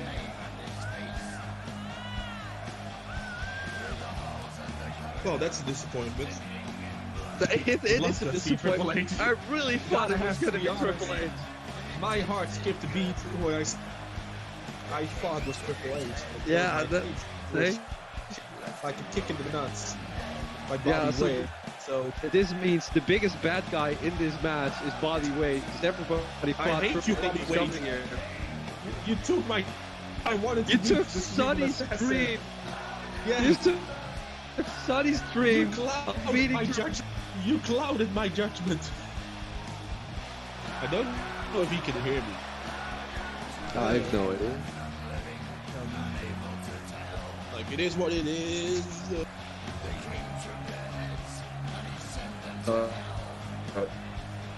The previous competitor, well, Caleb Stone, not Darius.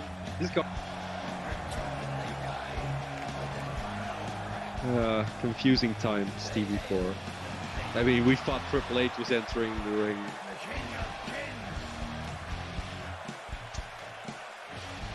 But it's the beast, Bobby Wade. Now don't cry, Sonny. You'll meet Triple H someday. You know his days are numbered. Pro wrestling. Wrestlers who turn over 50. Well, you know that tonight he's gonna face Batista at WrestleMania, so yeah. Shake that. It's late.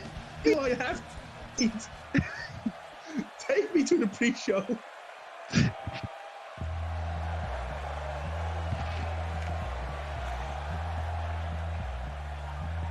Well, one does have to wonder for Darius Carter, for Caleb Stone, who is the, I think, in this match. I'm not gonna comment. Ed is really informed, just like Sonny is. Well, what I wanted to say is, of course, with the return of Trevor, what goes through the mind of the two guys that have been called out by him? Like Darius and Caleb are both in this match. They've both been called out by ally and whatever they want to, how they associate. As we see Marco Rodriguez, the Archangel, make his way down the ring, trying to clear everybody of their sins. Yeah, he's gonna clear everybody of their sins. Probably himself. He's just gonna knock himself out. Clear Bobby Wade of the sin of cosplaying as Triple H. Is that redeemable? Because in my book, that's gonna get you straight down to hell. Like Hunter Deel can't save his ass anymore. Like he can preach all he wants, but he's gonna go to the dark side. Well, we've never heard Sonny talk like this before, ladies and gentlemen. Only at TV4 you hear Sonny saying somebody going to away Triple H. No, this has nothing to do with anything else. Bobby Wade impersonating as somebody that he will never be. I'm just a bit salty, okay? Yeah, I can hear your saltiness from here while I'm sitting. Not really that difficult. From here. Oh, goody. As Marco Rodriguez is inside the ring now.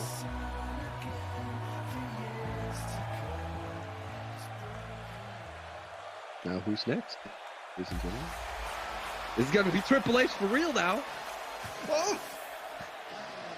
No. It's just Jerry. It's just Darius Carter. See, I knew I said the name wrong. The first one was Caleb Stone. They don't even look like each other, but you know, the Shinobi. Caleb Stone is for having the most glorious mustache in all of Fuga. He is. He really is. And now he's a Shinobi as well. Wow. It's fantastic. And also for having the police investigate on him because his mustache makes him look like a pedophile. Or some kind of... Yeah. Calm down here, No, I'm not. I'm just gonna be honest. It's just a typical thing, but it is what it is. It's profiling. It's profiling on looks. Okay. It happens. It's a serious problem here in America, and the world. Yeah, in okay, general. but you just called Caleb that he looks like a pedophile. Well, you can't say that nobody has ever said that. I saw it. Well, here we have the guy that just loves himself so much. Nobody else can love him as much as he loves himself. Because he is the number one. He is the number one in the world, in his eyes at least. Nobody else. It is Austin.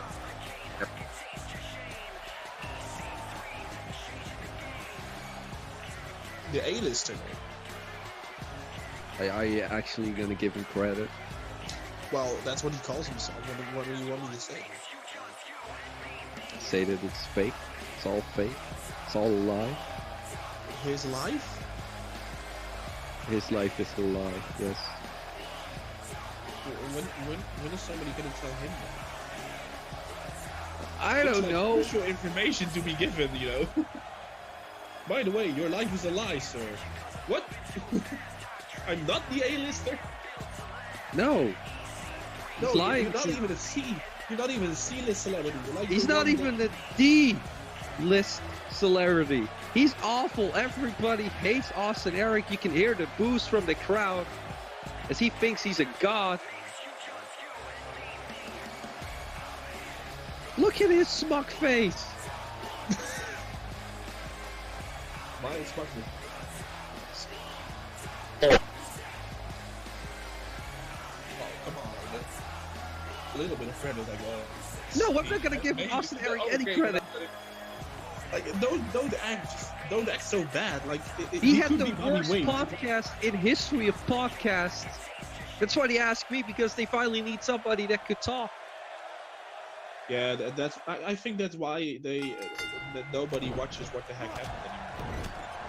But I'm not gonna comment on that.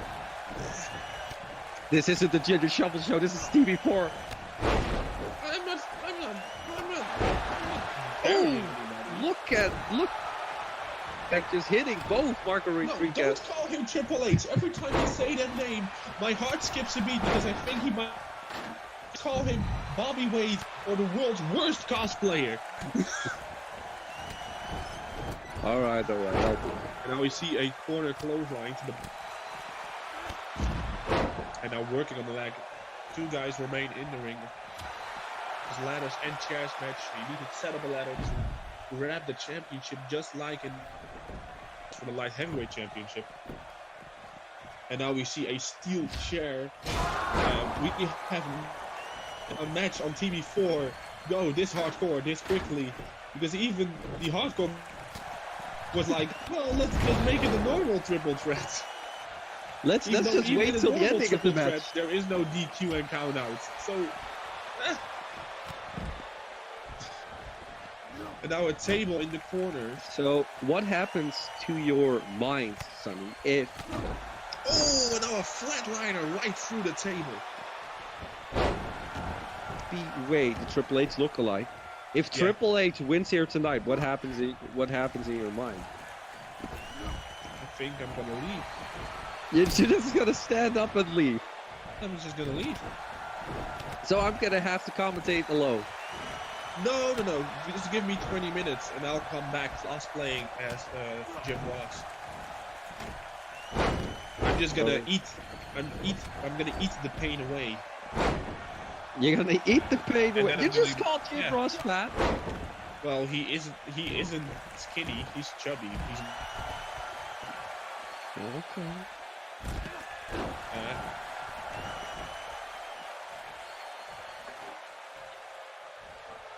Marco Rodriguez grabbing the chair and hitting it on Darius Carter. This is indeed more hardcore than a hardcore championship match. Than any match as of right now. Than any match. Matches where there were no disqualifications, no countouts, but this match is really trying to take the weapons and go for it. Well, it is TLC. It is table, ladders, and chairs. I think the Hardcore Championship match was just a normal match. Yeah. And now ladder shot to.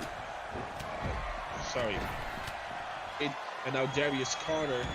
I called it over the top rope. And I think the commissioners really need to pay more attention.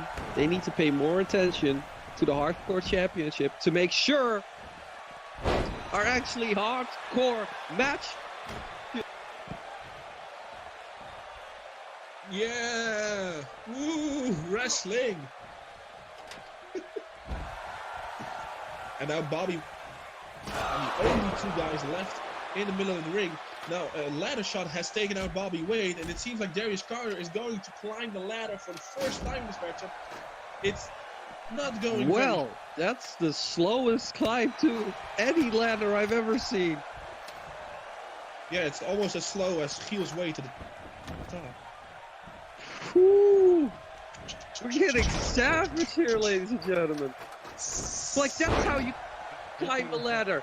The moustache shows how you climb. Caleb Stone now, he is reaching for the championship. Wait, nobody is trying. Nobody is paying attention to what is happening. Guys, there is an uneven number. Somebody is not fighting with somebody. Triple H is even doing his comeback move now. Triple H is climbing. Oh, Bobby, no, Triple H is like, no. Oh, and the Caleb Stone has won the match and is the international champion. So I'm going to say it like this. The power of this moustache, because he is a shinobi now, was so powerful, didn't interfere in his greatness. Well, maybe Bobby Wade noticed how much he looks with Triple H, and he didn't want to be like Triple H, because Triple H is notorious for burying other wrestlers.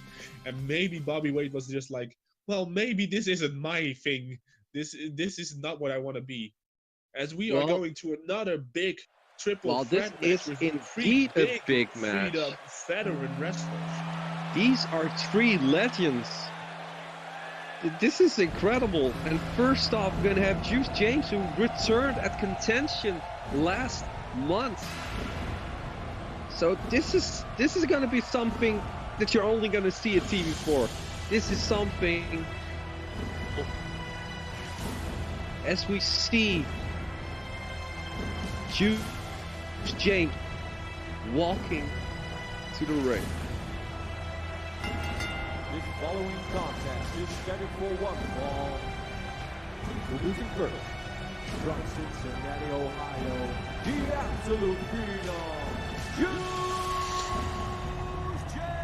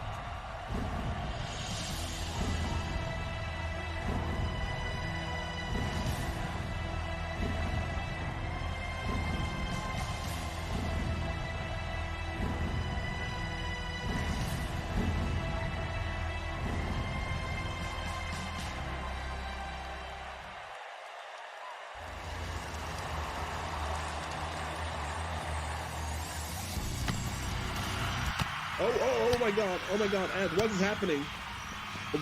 That is Donnie Brown fighting with the Horseman. I don't know where they are. I think they're still outside of the arena, like in the parking lot. There is a forest nearby, but Is there a forest nearby the parking lot? I didn't went there. We're in a vibrant stadium. And now we're gonna finish the work.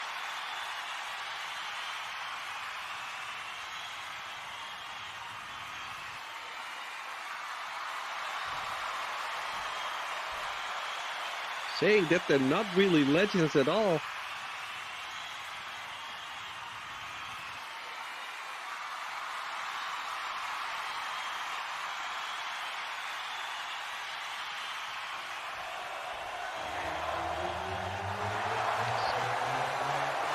Comes out now. While the two veterans are destroying each other in the park on the outside of the arena, Juicy James has taken this time. Did you just call him Juicy James? Yes. It's Juice James, not Juicy James. Juice Boxy James here has called out Cody James, which is really weird to say. Why do they both have the last? Are they brothers? Oh my god. Is this a long-lost brother story? We take a DNA test. Where's Maury? Where's Jerry Springer? It's Cody James attacks Juice now. Cody attacks Juice. He just found out that Juice didn't pay the alimony.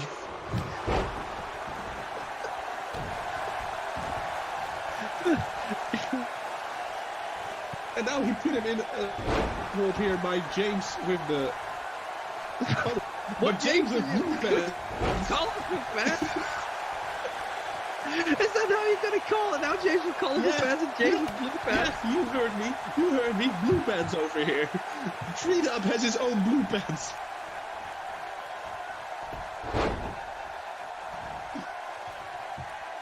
You could just call them Juice and Cody. That's way easier. I would rather call them Zach and Cody.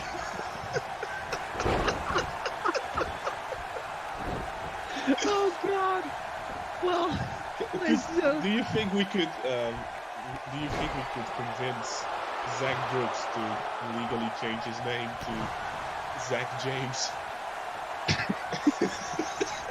And then we could have our own life, the sweet life of Zach and Cody James. The sweet life of Zach and Cody James. Well, ladies and gentlemen, that's a new show waiting to happen. New podcast. Zach Brooks never says anything and well, so we can just change his name. It doesn't matter. He won't notice. We have a new podcast after TV4, Life Hacks with Zach and Cody. Yes. We can do it. We see Cody James with his spine buster on Juice James here. Of course, now this is getting more and more serious brawl. Power slam on the apron, of course. What is the hardest part of the ring? Indeed, that is indeed the apron. Thank you for answering that question. Was it a question? Trying to put a lot, let you fill in the blank. You let me hang like Bobby Wade. Let me down. You let me down as well.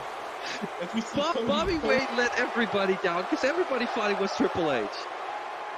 Oh, and look at this, Cody James mocking Drew, because that's the taunt Drew does. Yeah. Yeah, it's just a comment. Yeah, very nice, very nicely seen. As now we see Cody James, he is in full control of Juice James here. Juice James. And now he's going to the top rope. Juice James, yeah. Just be glad I don't call him Juicy James. Oh, I don't really care anymore. And now a springboard clothesline from the top rope. As Cody is really decimating Juice here. Yeah, Juice doesn't have a lot of offense. Now going for a submission here. The camel clutch submission move, of course. He's just grabbing his face. Of course, the camel clutch was made famous by the Iron Sheik, and of course also used by Rusev to win multiple championships in other companies. And now Juice James is finally trying to gain some momentum in this brawl, and just as he is, Cody decides to call it quits. Oh, what a fucking coward. Well, run away. No, run away, Cody. Run away to your brother, Zach.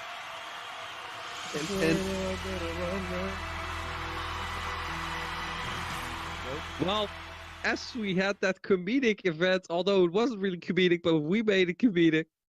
We made it. We're funny. gonna have That's fatal what we do. 4-way for the split women's championship match, ladies and gentlemen. Yeah, That so means- we should probably explain how this works for the viewers at home. That's a good idea. You want to explain, or should I explain? Fine. Both titles from I asked you a simple question. I don't want such a remark, you young man. Don't try to squander me. I want to explain, or do I need to explain? You were like, fine, that's not an answer. Just say, yes, Sonny, I'm gonna explain. And then you both titles are up for grabs here tonight. That means there's gonna be a unified women's champion. I think, at least. No, that's not true. Following contest is scheduled for one fall. Please, can anything be done by Ed here? So it means the following. This is a split women's title match. So both titles are up. Any women can win any belt. Okay. But it also means that a team. Okay. There's only one pinfall, not like the first pinfall wins the Rebellion title and the second one goes for the takedown. No, okay, There's only but- one but- pinfall. But doesn't that mean?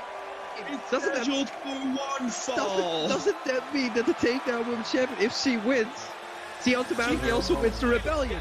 From Brooklyn, New York. No. It's so confused. Don't you understand what I'm saying? No. We could have a double champion here tonight. There are two ladies here in this match who already have the belts, so they can become double champion. Okay. And then there's the other two who can become champion. Okay. I'm not sure if this is right. I don't understand this at all. But I wrote down, I let Matt H down. So apparently, if by some way Sandi Stars wins and retains her belt, that means the other champion retains her belt as well. But why? Because you can't be double champion, since you can't be on. It's because you can't be on both brands.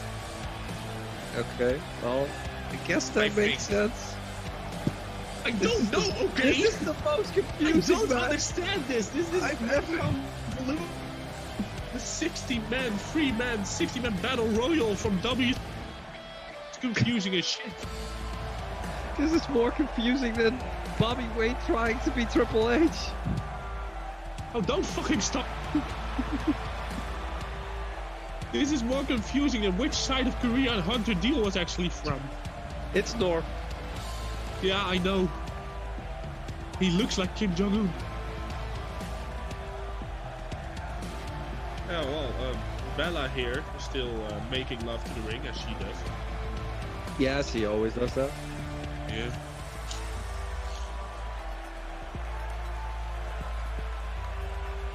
I haven't even started with my top 5 yet. Can you imagine? Who's in my top 5? I don't even know myself anymore. I'm lost. I know. I'm lost. I'm lost because I don't understand this match. I don't understand it. This hasn't been communicated with the higher ups, like myself. From Los Angeles, California. So there we have the takedown champion. Sandi Stars, of course, your sister-in-law. Ed, does this mean that since you're related now, that you're gonna root even harder for Sandi? Well, of course I am. She is my sister-in-law. So, she's on my top 5 list. Number 2. Look at that, already being... From Petersburg, Virginia, and there's the Rebellion Women's Champion, the Queen of the Ring. Queen of Resiliency, right there. True that. And she is my number 1 at this very moment.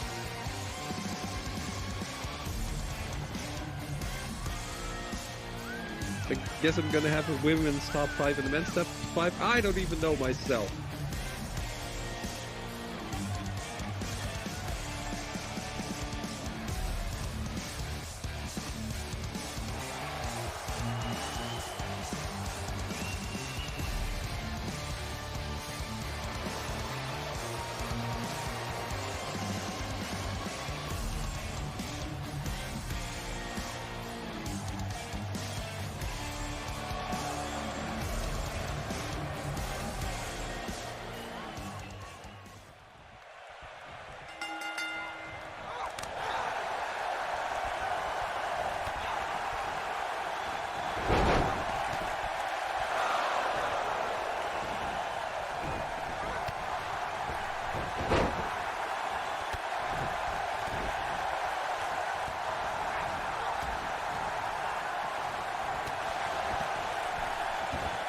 So I'm sorry, dear listeners, to myself and Ed were privately discussing a way to figure out how this match works.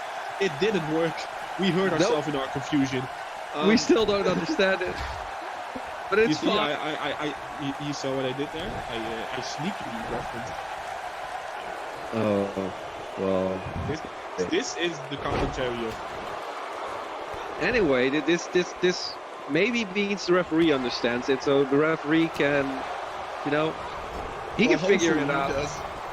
He can figure it out. Yeah, he should. As we see a handspring, back elbow by Rose Red, and now a kick out at 2 by Sandi Stars as Queen of Fear slightly. And now a leg scissors around the legs of Sandi, who is able to escape from a very nice mat wrestling skills shown here. With a twisting face buster on Rose Red, now Bella Roberts and Athena again on the outside. Who's gonna win this match? I don't know. What are they gonna win? I don't know. We'll see. We'll see when this match is over. This match is ridiculous and I don't get it. So what if Rose?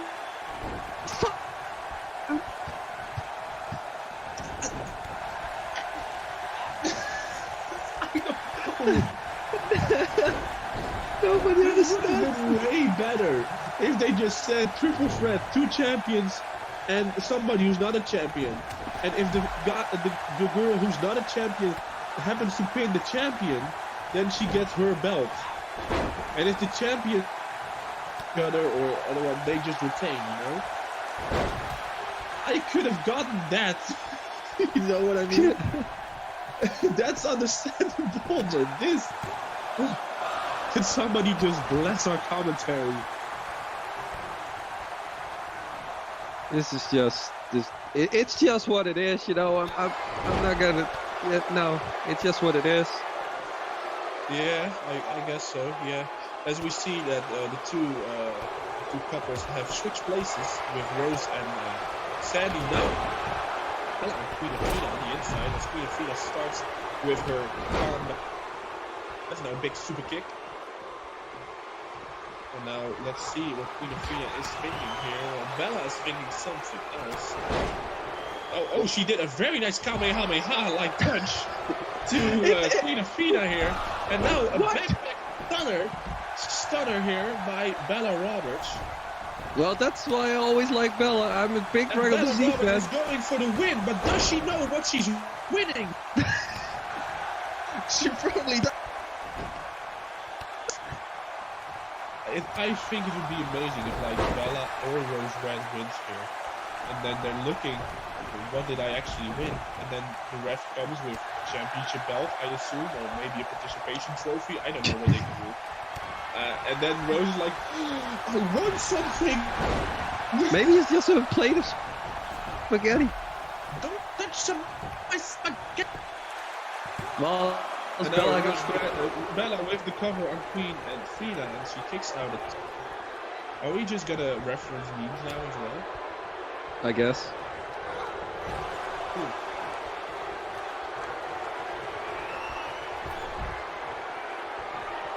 And I'm gonna make one for as we see a dropkick through the ropes by Sandi on Bella. And now, twisting suplex on the floor by Rose Red. And now Athena looking for the... With Bella, of course, being down, she took her inside the ring, which is the smartest thing to do, because otherwise, even though Athena probably doesn't know what happens when she wins. Nobody knows. If it turns out to be an elimination match, I'm gonna flip my lid. Well, then something is clear at least, you know. I guess so, and we see 1, 2, and 3 powerbombs by Bella Roberts and to the crowd. Hopefully, now she's running a couple running forearms, and now a Pele kick as Rose Red on the apron, and that was, oh my god, a splash right on the upper back of Sandi Stars, and this is not looking good for you. Oh, the super kick, she dodged the super kick by Rose Red. How is she my stepsister? My sister. No, I'm confused, okay? My sister-in-law. I know, I'm sorry. Would make for an awesome No, it wouldn't. No, it wouldn't. No, we're not gonna go into the other section of the show now. Well, we already did probably. But Sandi Stars is really sporting a Wonder Woman type attire. I just noticed right now. True. We saw a very nice spinning face buster by Rose Red, which is broken up by Sandi Stars. Now backbreaker by that. Rose Red's the only girl left standing, and she is admiring her own work. She throws Bella Roberts outside of the ring. Queen Athena, Sandi is on the floor, or on the apron, and now we see a submission. Inverted figure 4. Very cool submission move, I have to say.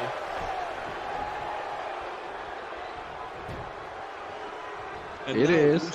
Another submission move by Bella Roberts, and now, oh no, I'm gonna break this up. Maybe they know something about this match that we don't. It's all possible.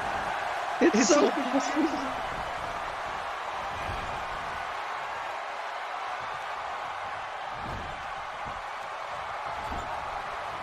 Well, at least hopefully our confusion entertains you all. Oh, it probably will. Probably.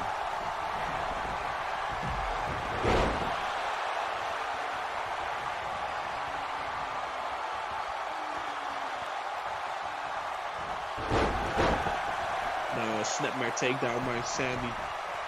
Athena has joined her back in the ring, running knee. Lift to the side of the face.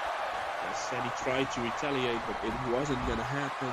She rolls outside of the ring, right next to Bella Roberts. And now it's Rose Red and Queen Athena, the only two in the ring. Now back elbow by Rose Red. Now out.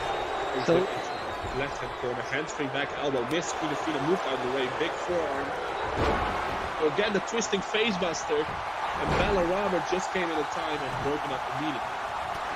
So, you know, maybe they only get a title if one pins a women's champion. So that means or Athena needs to get pinned, or else there's just no title chance. Maybe. Oh, maybe, yeah. That's the best I can think of. It's like 50 minutes.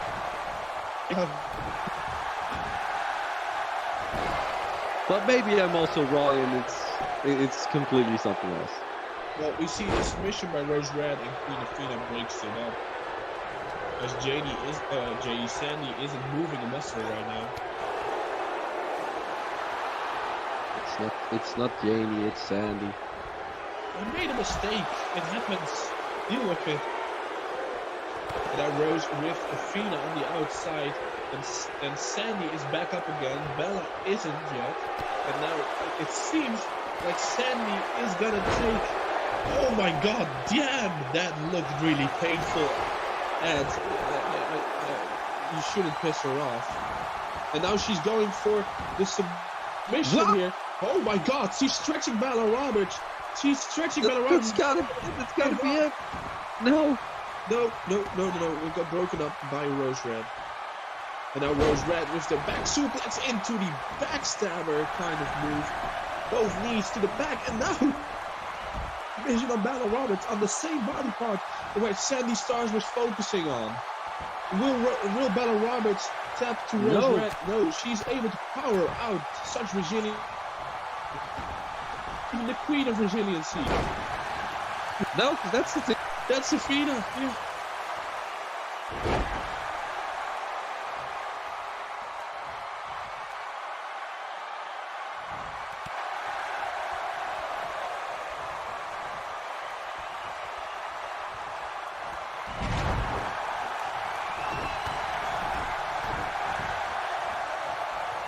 No,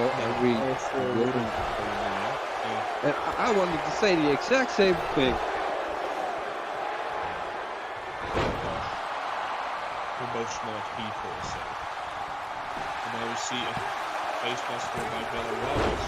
And oh, that got just in the nick of time broken up by Rose Red. That between Vasily and Sipa. We see Not a fat buster. As Sandi makes her way back into the ring. Goes after Bella Roberts. Herself and Bella, but she, just like a cat does, she lands on all Are you fours. calling her a cat? Well, no.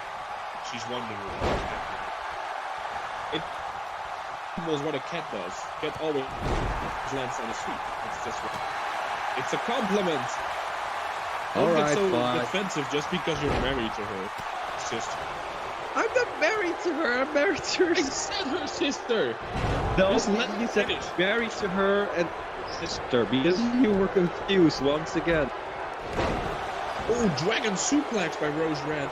And Sandi again has rolled out of the ring. Red. And again, oh, twisting suplex now. And now Queen Athena with crossbody.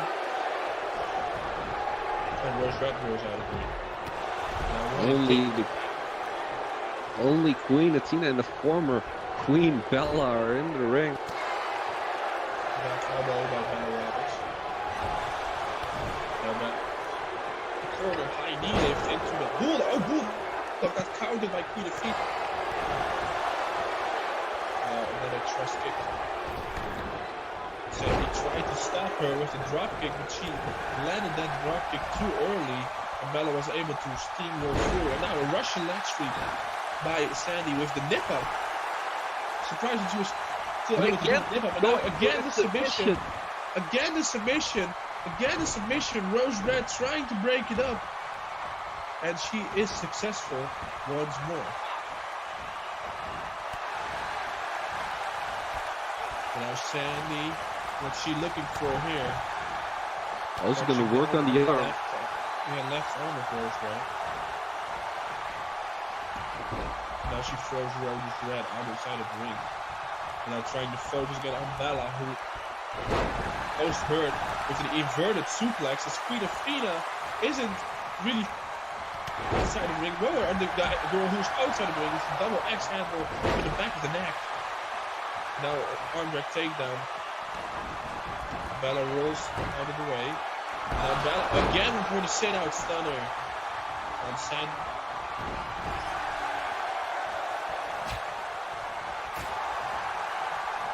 Now Bella might be looking for something big. Oh, Shining Wizard! Shining Wizard here by Bella Roberts on Sandi. As we see a single leg Boston.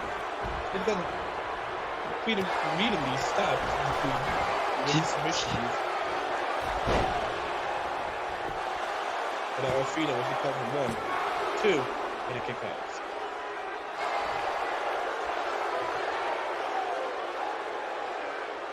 Maybe this is a submission match? Oh no, we've seen pinfalls. No. Don't try to make this any more difficult than it already is. It's fine. And now a roundhouse kick by Sandi and Rose Red. Now we see Queen Athena. She might be looking for something. Oh my God! superstar press here. Very But nice. that can be it. But both women are. And both Sandi and Rose tried to break it up. But Rose got hit by Sandi when she came. Oh! Brainbuster by Queen Athena. And now Queen with Bella Roberts. She's still groggy. She's trying to go for the ends group. This is not the situation you want to be in. Missing a move in such crucial. No, This you're match has been going on for more than 50 minutes now. Anytime soon. This isn't going to go on for much longer. At least I think so.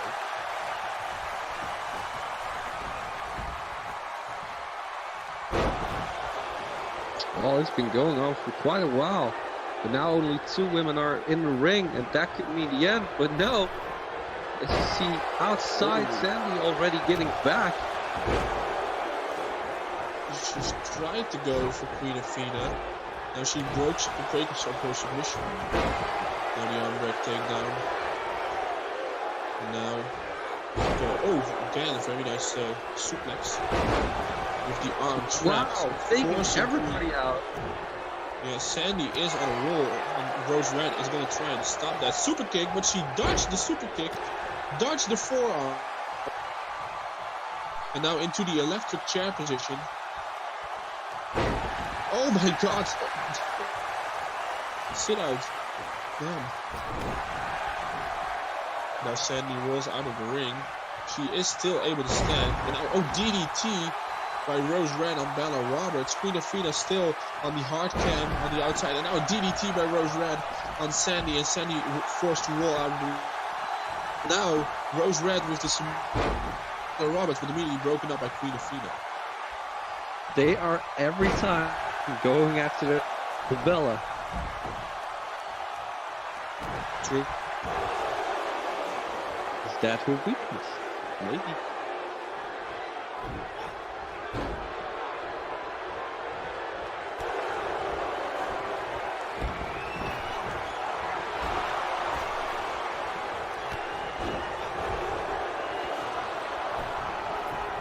And 619, and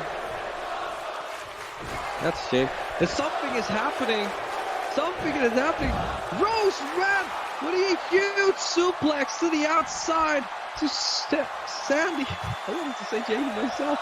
Sandi starts.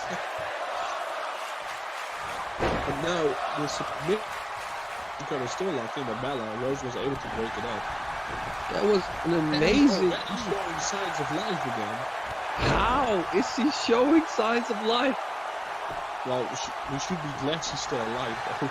Well, no, of course. Of course.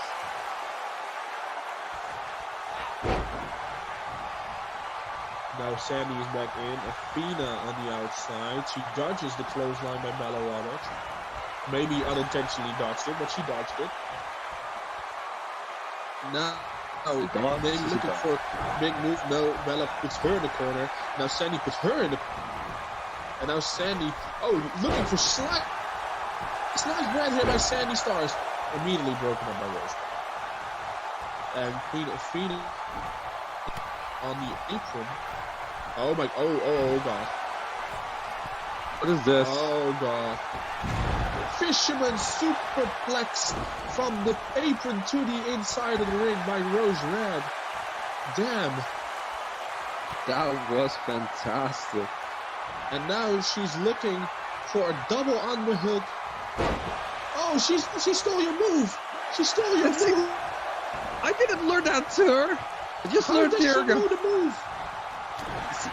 She must have sneaked in and watched us do the move, I guess. Yeah, I think so. Now Queen Athena tried to sneaky pin Bella Roberts, but immediately broken up by Sandi. Now a flatliner by Queen Athena and Sandi. And now it's double teaming on Rose Red. It is double. They are going to double teaming on Rose Red. Well, and I see that Queen Athena is doing some karate-like kicks as celebration. The SDO by Bella Roberts. 1, 2, and a kick out at 2. Like those celebration kicks were smart, but me neither. But now Sandi, the invert, as we see a dragon suplex by Bella Roberts, and she is maintaining control. And another dragon suplex. Back elbow by Rose Red on Sandi. As you see Bella going to the middle rope. She's taunting Queen Athena. Back elbow by Sandi Stars. Now Bella Roberts trying to go for a top rope move, but Queen was able to dodge it. What the hell is happening with Sandi? I'm not sure, but Rose Red is probably enjoying what's happening. She's not doing anything about it. The ref is out. Now, how many times has the ref been out at TV4? This is one Brazilian referee. Well, I'm not sure. No. He has been out so many times. He's been hit by super kicks. He's been hit by punches. He's a human punching bag. He is doing a great job here to the floor. Gotta give him that.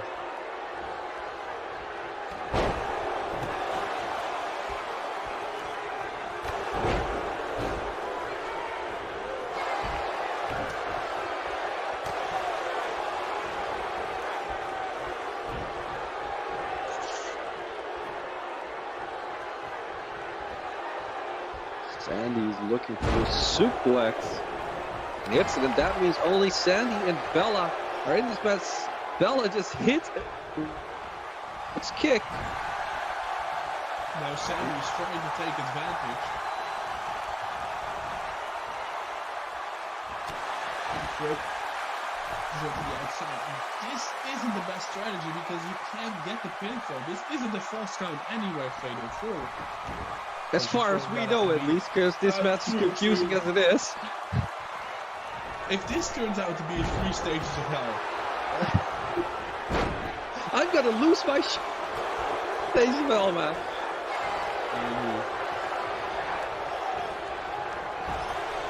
Now Sandi with the Irish. Between Athena, Rose Red, Irish whips, first Bella, and now it means that only the two.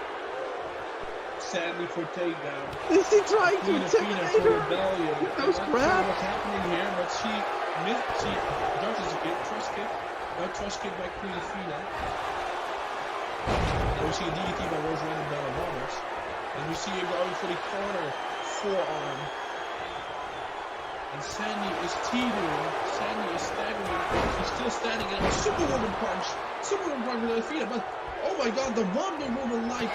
And now the E by Sandi Stars.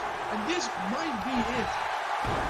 And she's going for the submission. Figure 4 landmark. But still being broken up by Rose. But Sandi, any signs of pain here? Oh, now she is. Hey there. Now she is. Well, that's great.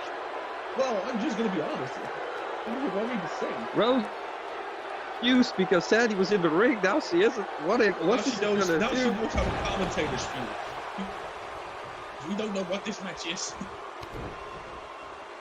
That's true. With the kick to the stomach, now a backstabber. Or a lung blower, whatever you want to call it. And now she Irish whips. Rose Red in the corner.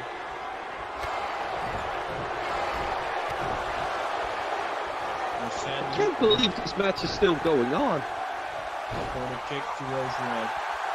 Now Queen Athena. Oh no, the Octopus Black Widow submission here by Bella Roberts. And it was broken up by Sandi. Trying to give a kick to Bella. Bella counters. Queen Athena has rolled out. A modified cutter by Bella Roberts. Is this gonna be it? Two No. girls to choose from. No, jawbreaker by Sandi Stars. Roundhouse kick. Roundhouse kick. First one darts, second one darts. Now she rolls out of the ring as well. It's only Rose and Sandi now. Some kind of end to this match. Will this go on for eternity? Are we gonna sit here for years and years commentating this match, still being confused? How the fuck am I? Maybe this is whoever has the most That's, or is this some kind of really weird beat the clock challenge? Well, this is a weird beat the clock challenge. That's for sure. Is Athena going for a submission here? Yeah, she's Bella looking already. Some kind of the. I know that submission move. I can't for the life of me get to. Oh, the Rings of Silence, you know? That version of the Rings of Silence submission move. Of course, made famous by Deel in WCW back in the late 90s. And now Sandi. Oh, Sandi with the submission here on her feet. Is not able to break it up. Rose is not able to break it up, and Athena gives up, giving Sandi the win. But what now? Sandi has won this match. Is she now a double champion? Wait, what is happening? I don't understand. What I do know is that your sister-in-law has just won this fatal four-way. Well, congratulations to my sister-in-law. I'm happy that you retained your title and maybe gained another title. I don't know. We have this decision. Here's your winner, and still take down women's champion, Sandi. Well, no title at all. Well, I think she just retained her title, and Athena still has her title. I'm gonna keep it at that. This was so confusing. As we go on to an 8-man tag, another half hour of our lives. Hellfire versus Havok. Yeah, I agree.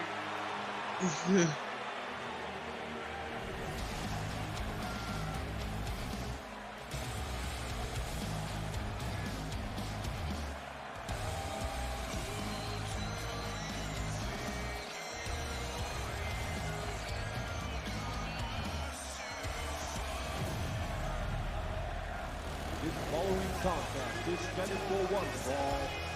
Introducing first, representing Hellfire from Camden, New Jersey, Dyrgos.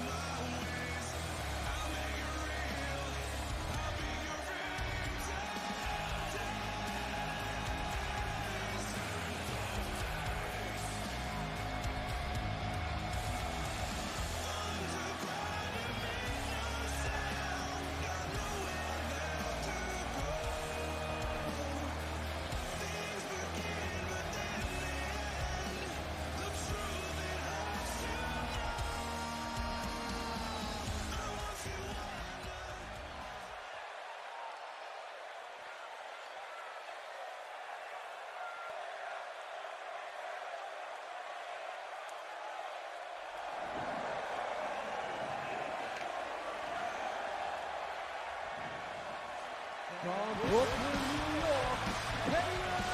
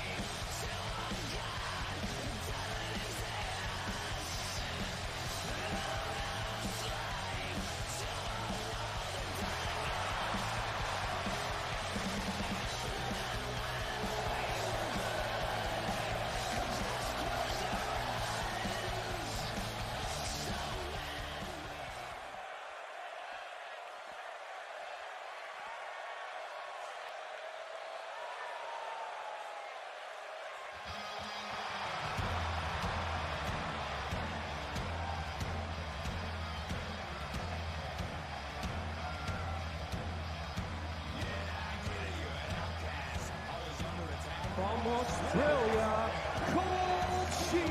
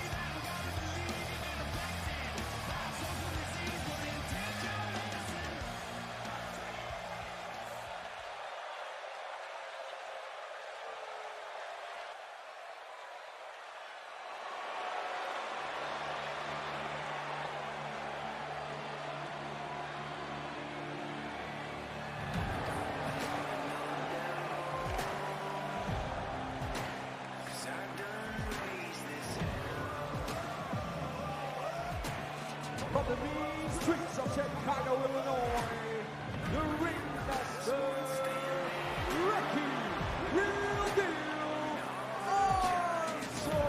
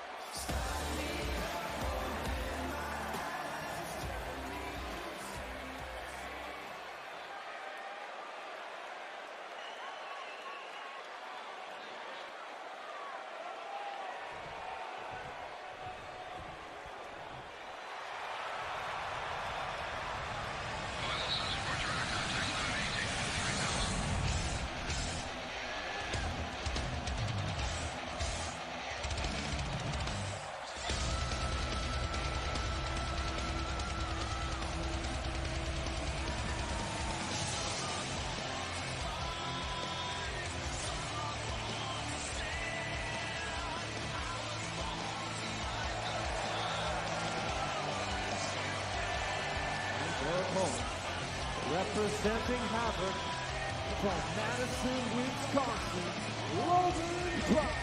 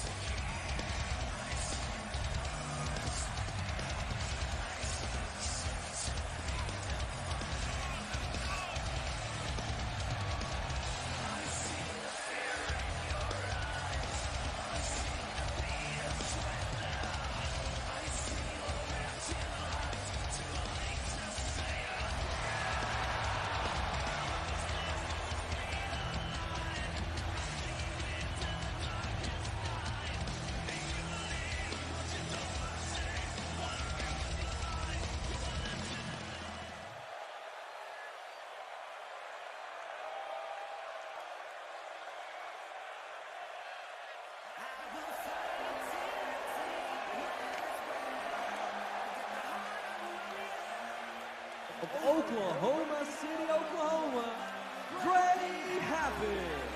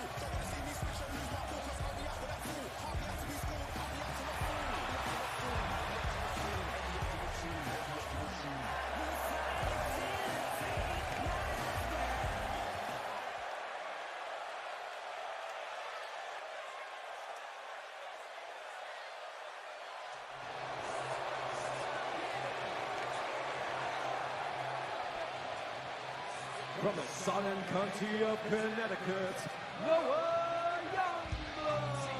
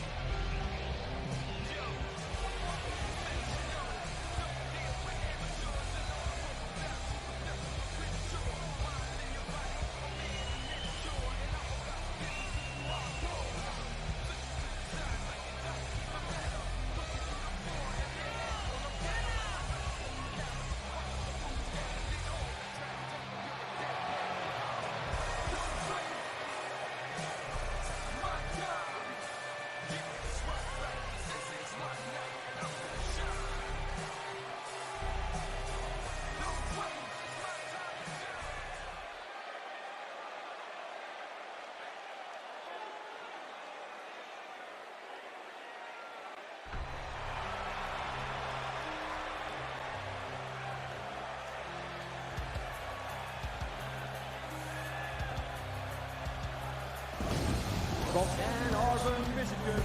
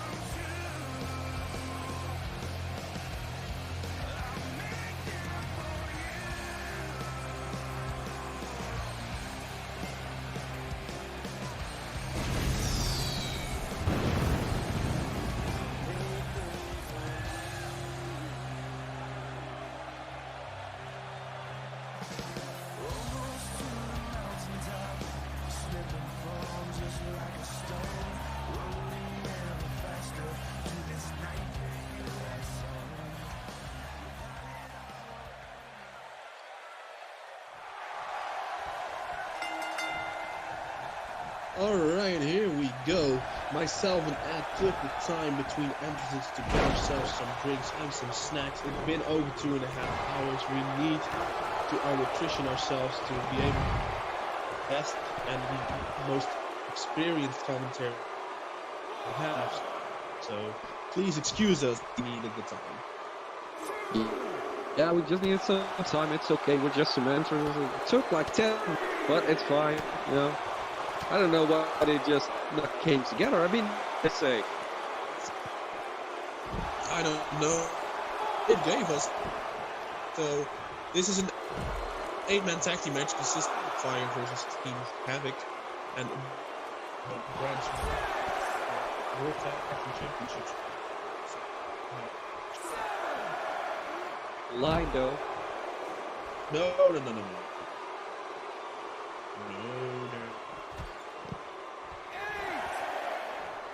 Well, it would be something that this match ends in a count, but it's not gonna happen. It's not.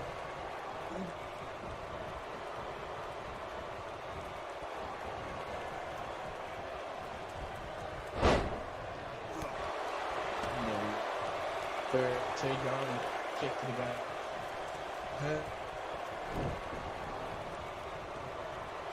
Here, and of course, Team Hellfire, consisting of Caleb Sharpery, and Ricky Armstrong, of course, those are the champions. And you have Logan Grimes, Noah Youngblood, Michael Blaze, and Drake, the chosen one on Team Havok. So. Indeed, indeed.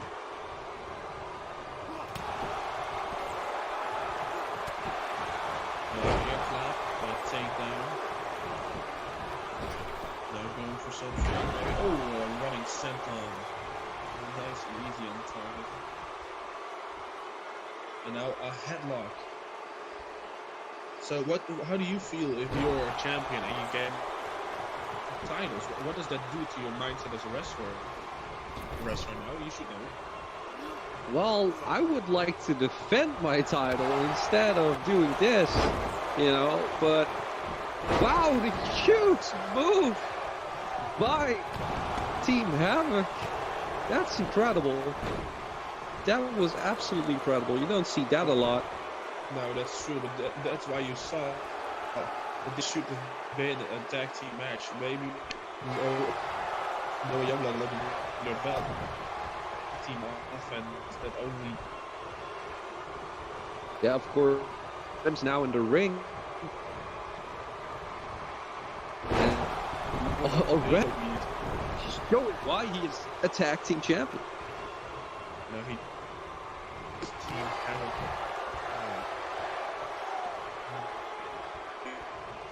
I don't know. Is this it?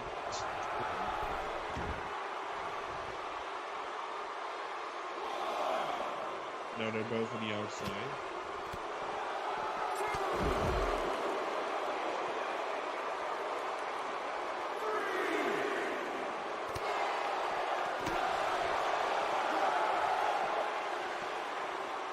Then drop kick, miss kick, back elbow. No, shot to the kick from out of nowhere, roundhouse kick here, Ed. So yeah, that was incredible roundhouse. Yeah, and then another big striking combination. They need to get each other back in the ring, or else this is gonna go. They really do.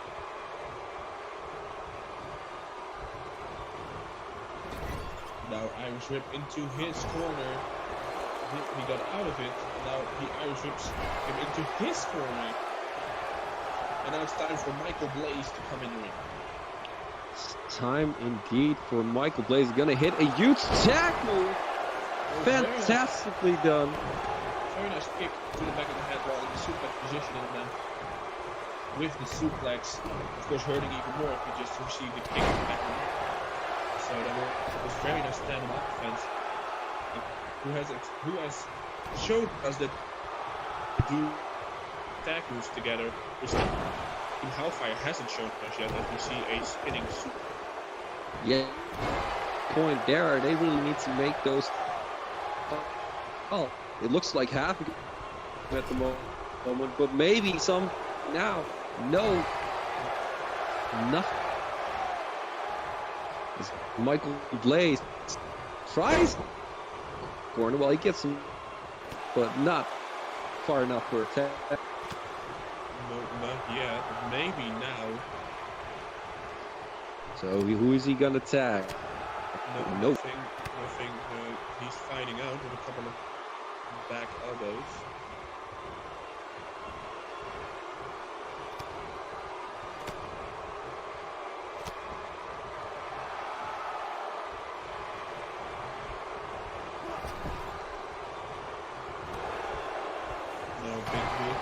Big boot on Michael Blaze. And now it seems like Michael Blaze might return to take this route as well. They're really trying. They're trying to tag, but it's just not happening. Maybe now. There is room for tag, but No. Michael Black. Oh, split like a moonsault. Maybe not. And now, now the post, the taunting post. rubbing salt in the wound.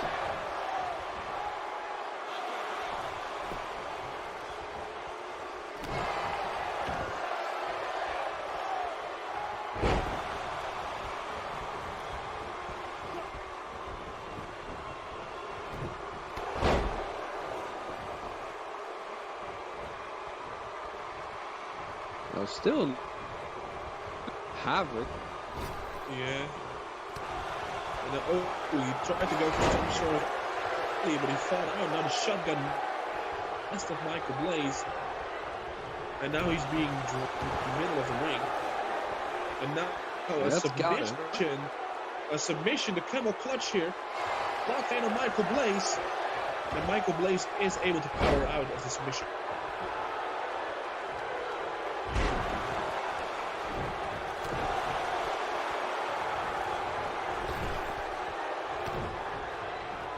Is he gonna go for it again? Yes, he is. Another split-legged moonsault. What an amazing move with the Dragon Sleeper. That we were in sync there. That was really in sync, yeah.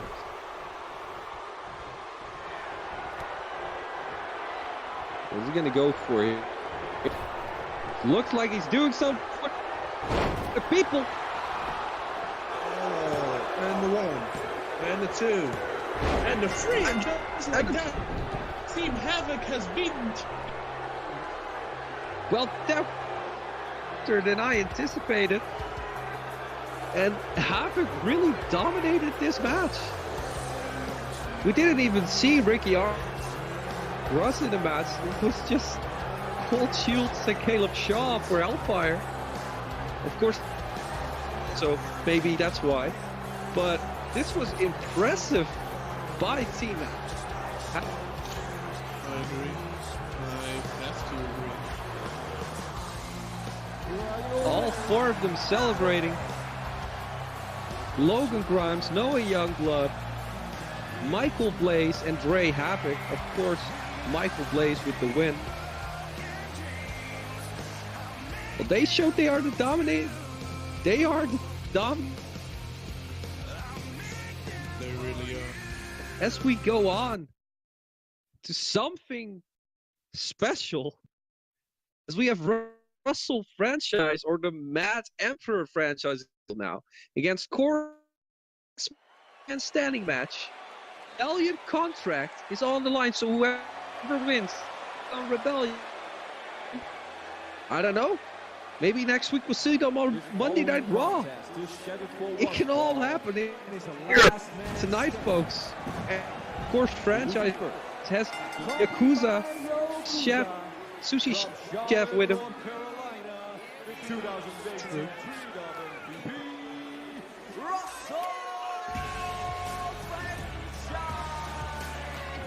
So the Mad Emperor here outbursts.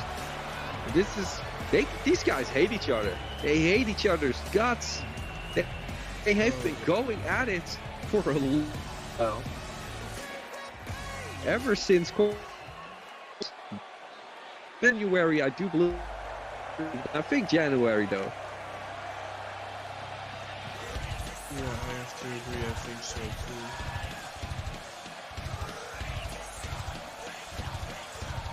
too. Of course, his opponents, Corey Heck.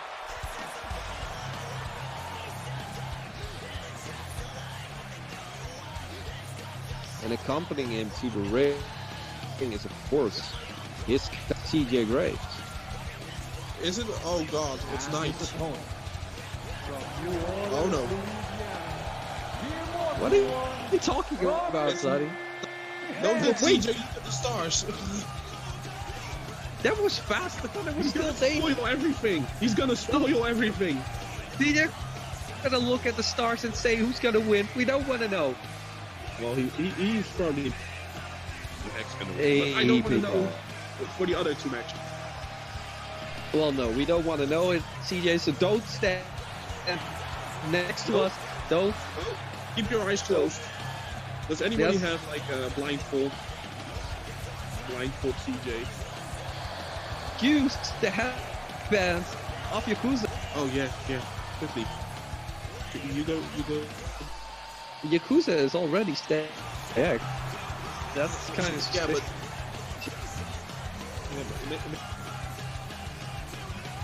Is it even going to be a match, or is this just going to be a sushi chef cook-off?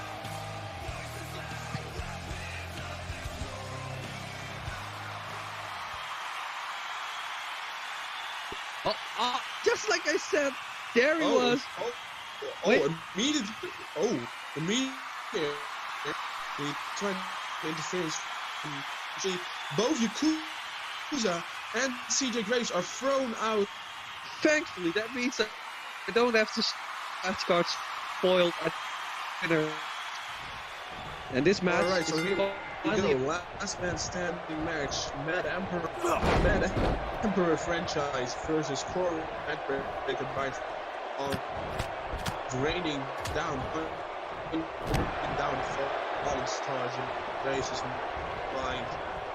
Right now, about Corey Hack versus Mad Emperor, and of course, Vision. Valiant Brand has to move to get takedown and otherwise move out of. It just means you don't have a contract anymore. Like I said, any of the Monday Night Raw next week. Oh, maybe they could be after this match. Yeah, it's still going on. It's fucking 5 hours.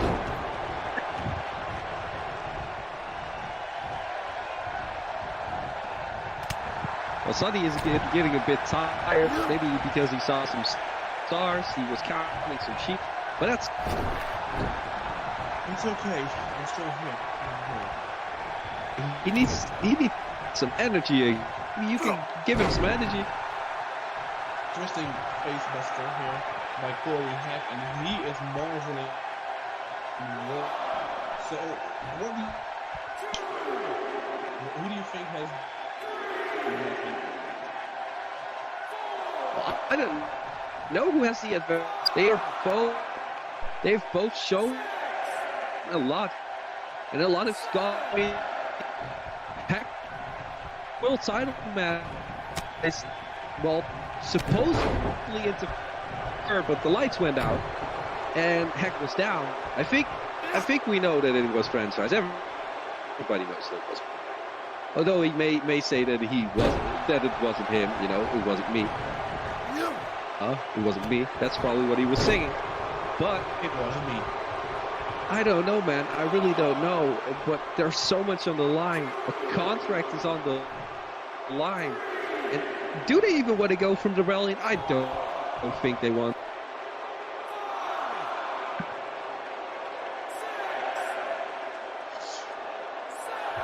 I see that up to 7 man franchise.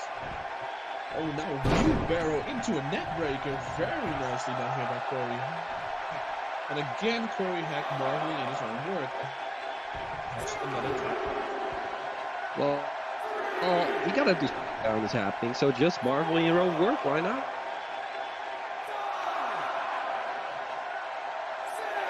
We're at 6 now. 8 count, and that Emperor gets up. And he flew to the outs. Was back in. Just so he can have a breather, maybe? No, also, I mean, last man standing is everywhere, of course. Already at 5.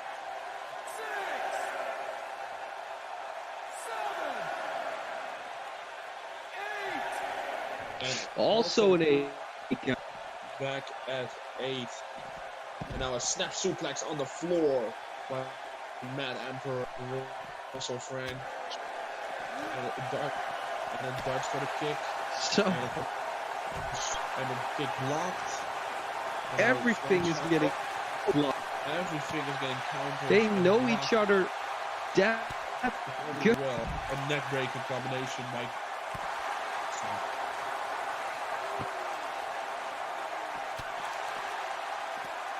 Now a couple of strikes by Curry. French retaliates with a couple of his own.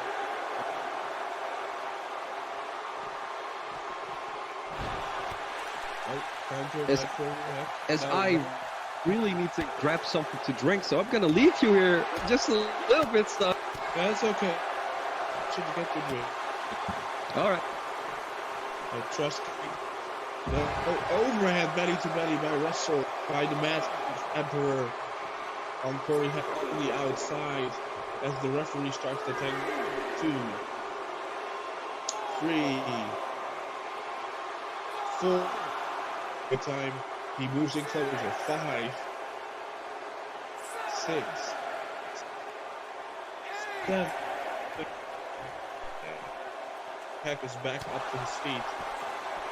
So he's up earlier than he was before. Now lays the belly on the floor by the Mad Emperor.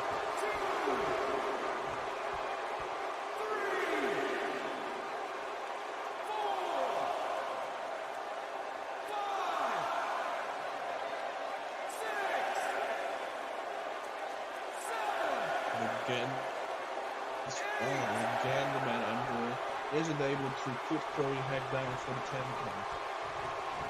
Now they're both back in the ring. Both for a power bomb by Frank. And immediately Corey is staggering, and he's back to his feet already after a devastating power bomb. Now a couple of strikes, big boot by Corey Heck with a couple of strikes to the back and the front headbutt. Now the franchise leaning in the ropes. Now more strikes by Corey.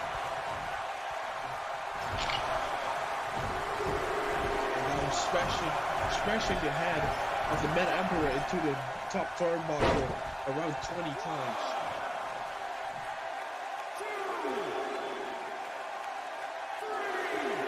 And now the count has started. Count of 3.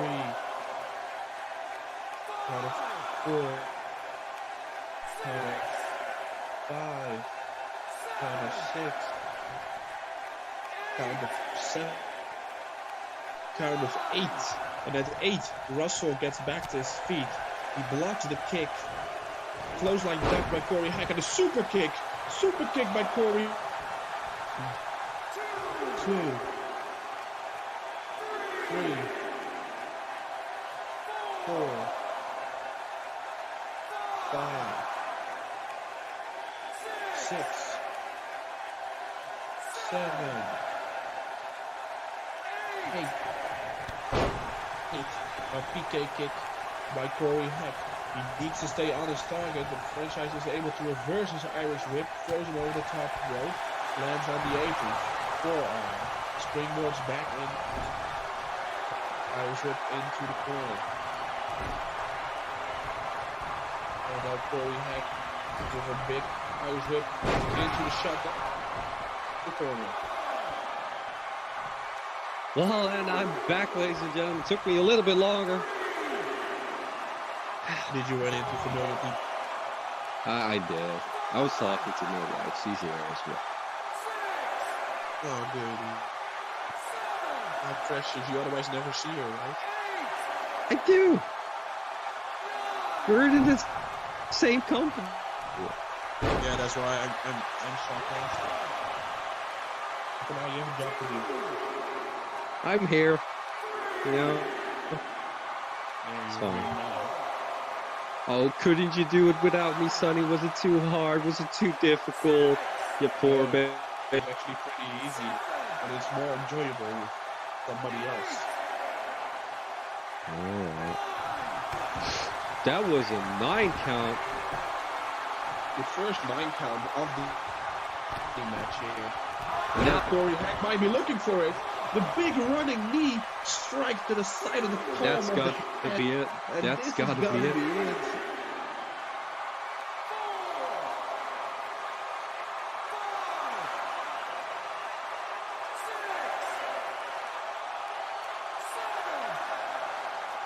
Well, I think we're going to it. Yeah, we go.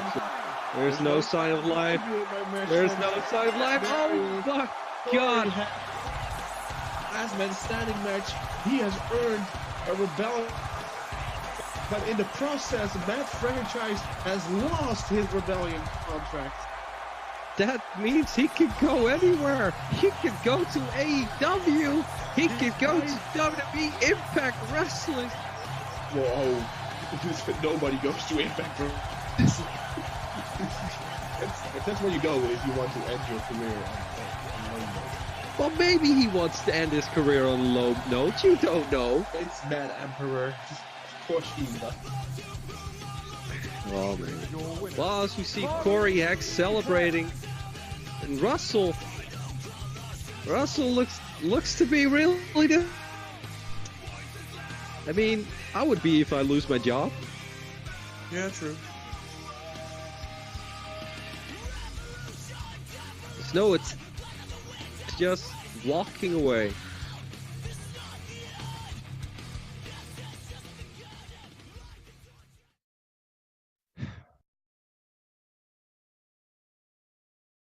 Alright, so now we're gonna go to the first of two World Championship matches here. The pre-main event. A Mason defending against AK-47, Chiel and Jeroen. The following contest is scheduled for one fall, and it's for the World Heavyweight Championship. We see that just the thought of Somewhere the in Mason Harvey, the leader of the Dutch Death Well, Squad, I wish we Chiel talk a bit here. AK-47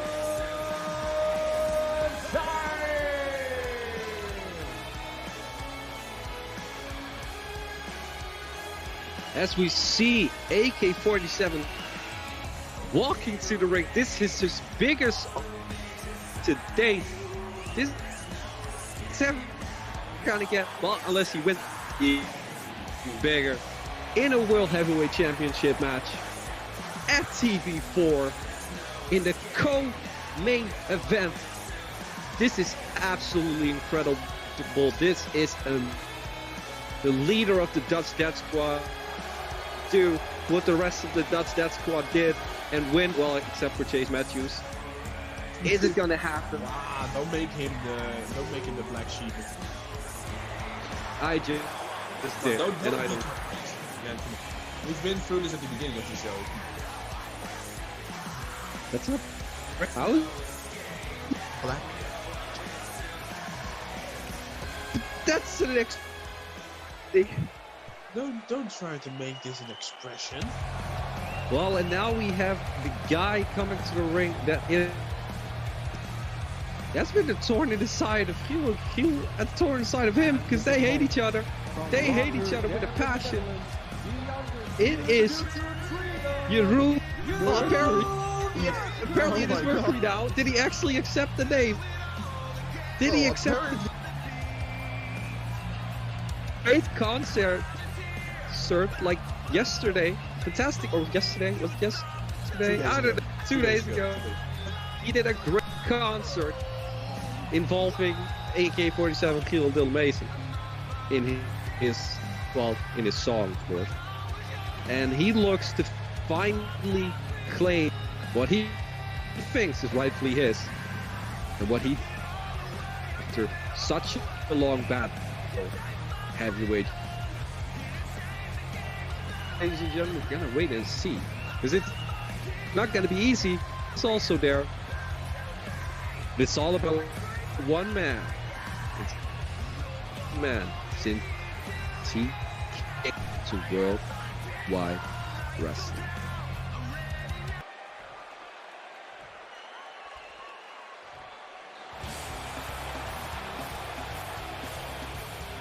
and his opponent, the nearest insane. And there is that man.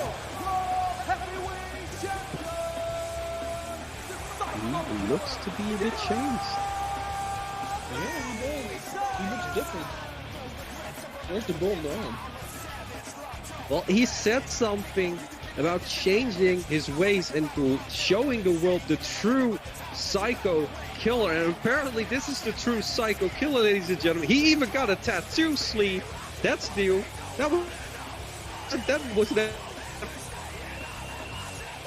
I don't know what this means, but the true psycho killer in front of us. I'm even more fan for Mason. This is a new level. This is a new level of fear.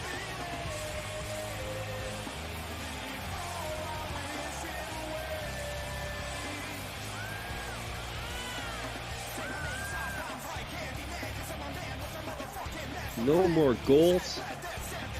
No golden arm, no golden knee brace. That he has been wearing since the very beginning here.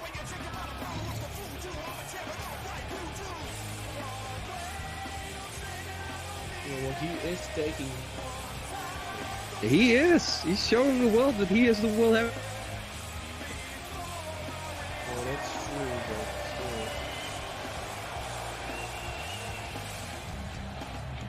still. Much darker than he usually is.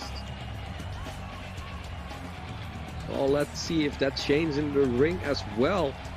As this match for the World Heavyweight Championship, this title right here, that's what it's all about. The takedowns, top chip. It is 3 men gonna for that championship. Will it be AK-47 Chiel, Jeroen, or Mead? And immediately a neck break, Jeroen, by Chiel on the Mason, I should say. And now it's versus AK-47 Chiel with a neck breaker by Jeroen. Dylan Mason with the Sido suplex, snap version, very nice kick to the back. And now Dylan with the jawbreaker on Chiel. Tries to big boot Chiel over the top rope, but he missed. Inside kick to the back.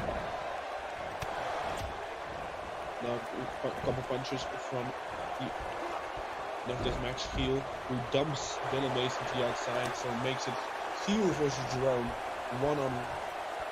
Now very nice move here by Chiel, and he is dominating in the early going. Over the first pinfall and a kick out by one, and taking too much time like in other I've seen here on TV4. These guys mean business. They want that title. They're going to take every pinfall opportunity they can get. It's their time, like maybe some other stuff with them because they want to punish one another. They want to punish each other, but the main focus is the world title, as it should be. Of course, it should. That is the main focus. It is the focus for Mason. I know that for sure, because he has been defending it against all comers. Of course, in a vacated, he's Ricky Armstrong, and defended it a couple of times, and being the returning legend Chris Horseman, and another even being Astral Victor. Astral Victor, at TV4, he won the championship as well. Well, that's true. But maybe at the end of this, Mason isn't the champion anymore, and then Astral Victor can say that he's the champion. For right now, they're... For right now, they... Now Mead to the kitchen. By Dylan Mason. Chiel still out. Speed now Jeroen with a nice takedown. And now a double... Oh, double underhook. It's also known in Japan as the Bloody Cross. And now well, I didn't know that. A neck breaker. And now going for the pin. One and a kick out by Chiel. And Dylan trying to gain some glory, but pulled off the second rope, smashing his head into the top turnbuckle. Now a hard Irish rip into the corner as Chiel has rolled to the outside.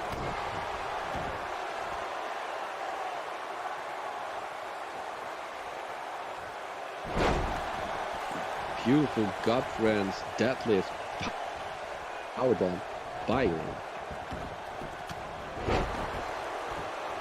Well, Chiel didn't have to break that up. he's still focused on Jeroen. Chiel is focused on, well, on Jeroen. Because they have such a long history now. Each other so much. And finally, he's here. We've seen this before in a women's title match.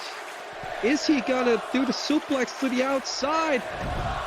Oh my god, the superplex on Deel Mason are as it was for Dylan, but Chiel is on the Jeroen is, well, you see, well, he was probably because it wasn't him, you know, so he didn't have to feel the pain.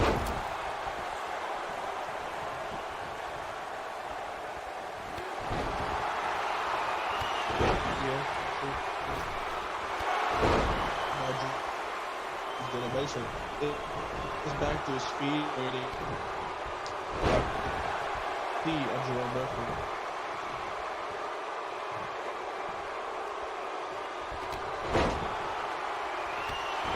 Mason. It's him here. Yeah. Wait, no! In his right slam by Jeroen Mercury, going for the cover. One. And the kick out by Deel. That was beautifully done. A big clothesline that Mason always ends that move. Well, oh, now a Northern Light by Chiel, who is... Don't turn around, Chiel. Don't turn around. Oh, Chiel was able to control it. He was able to turn. He knew what Deel Mason knows what Deel Mason. He is ready for all that Deel Mason did. And with a face bump, he goes for the cover. And it kick out again. And 2 no pinfall attempts has gone higher than 1 yet in this matchup. That's how big and how important the World Championship. And again, he'll go 1. Almost a freak out. Almost Deel Mason losing his championship to Chiel. Did Mason just think that Jeroen was good? He wants to see some glory. Maybe he has 2. Oh my God! That's what Jeroen is more medic. Mason do? But he was able to kick out. And now a thrust kick. And now it seems like Deel Mason is trying to do something. As you see a ripcord big boot as Jeroen rolls out, giving Deel Mason the chance to cover Chiel. 1. This match has been far and hard. Oh, now running. Now Chiel with the cover of Deel Mason. 1,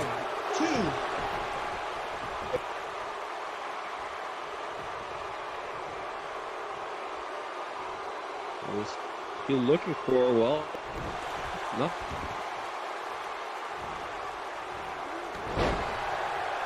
And Mason makes it count, but again a counter by Chiel. Now keeping Jeroen and Chiel. The planetary that his brother used. But maybe it's free the planetary. Maybe so.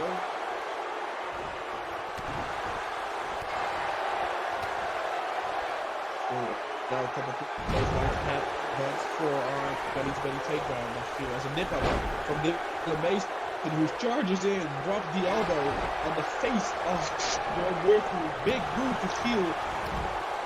Back elbow, strike, big by Jeroen. Now,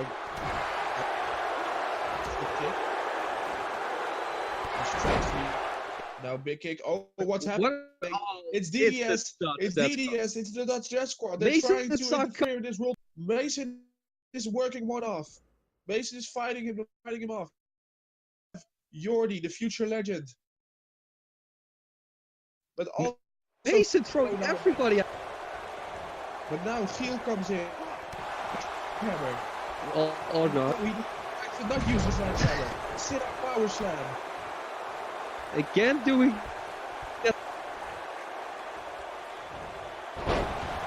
Northern Light suplex.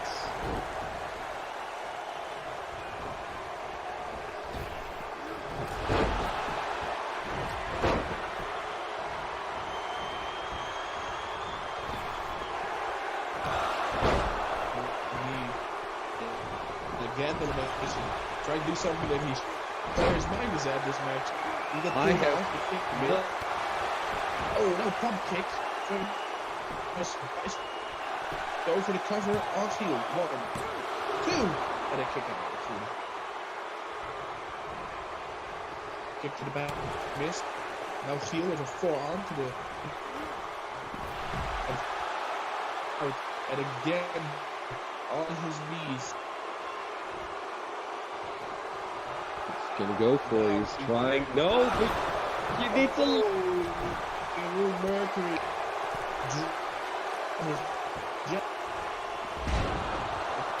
And a missile drop kick, but again invaded by you.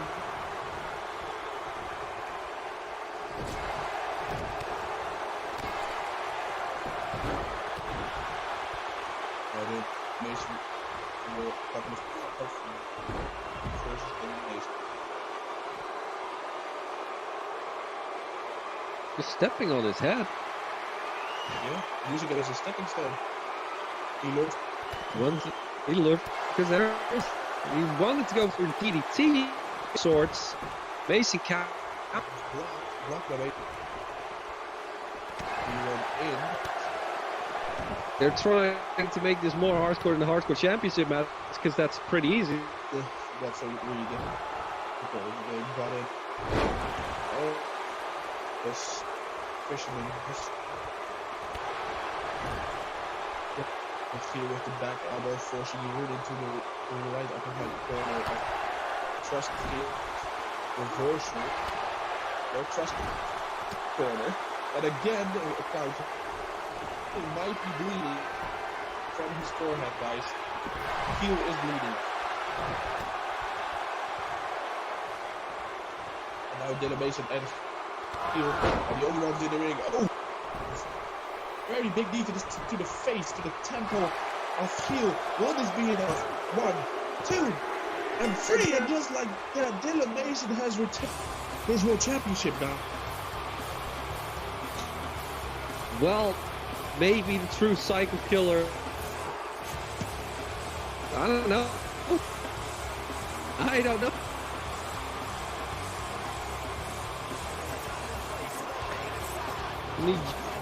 Huge spot match on it, but the psychoetic to the skull was enough to get the tree count. It was. He's really disappointed. He is. As Mason celebrates.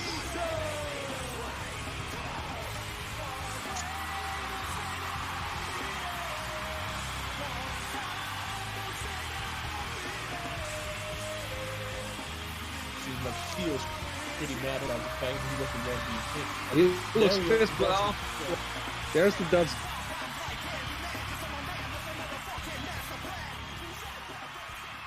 Seems like they're not getting. Chiel isn't saying that they should.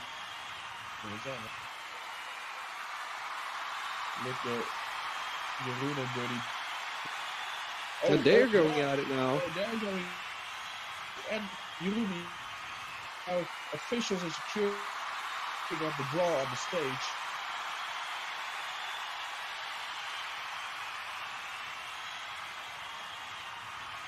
And as we go to the main event, guys, the main event of PB4 for the Freedom World Heavyweight Championship, it will be Jason Tom against King Red.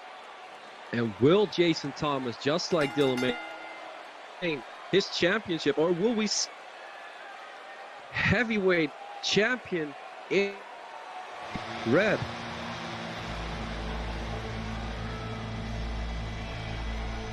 Happened here, amazing show, and now we move on to event. This is the last match for the biggest show that we've ever produced. TB4, ladies and gentlemen, it's time. Make it done. It is. This is what we have been waiting for. The confrontation that everybody has been waiting for. Of TB4, Jason Thomas versus King Red, and we could just have the Red Army being on top of the world after this. This following contest. Yeah, we could, and that would be something. Really something. Yeah, that would be something, yeah. You mentioned all From that. Dallas, Texas, King Red.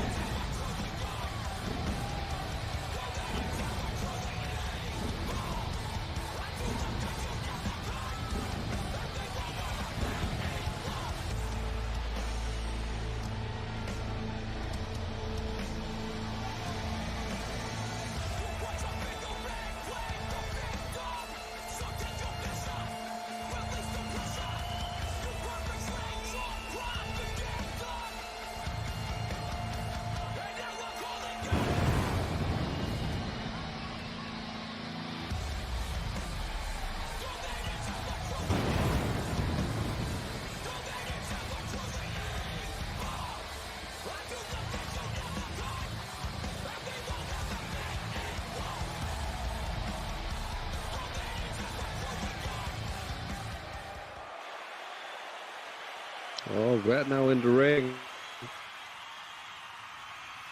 But wait a second. Oh, that's Chris Harris.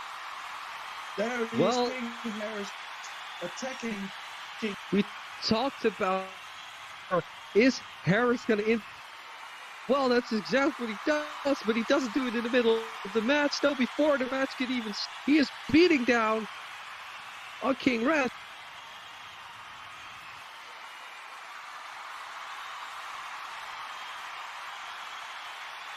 Well, it was, of course, it was just... Will it take for the rest of the Red Army to get here to beat down Chris Harris? It took 20 seconds. Indeed. Wait, wanted to hit the referee with a chair. Don't do that. Wait. As the steel cage gets lowered.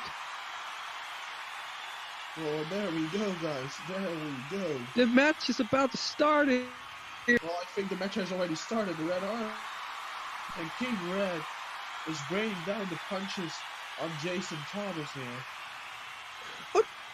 Blow, but Jason Thomas. Jason Thomas. This is a no DQ. Throwing him in the cell.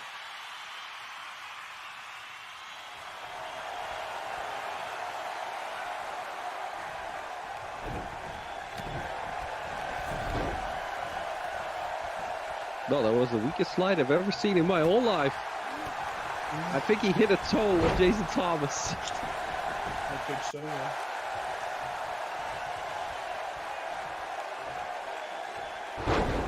Oh, very nice brainbuster here by Jason Thomas. The kick by King Red.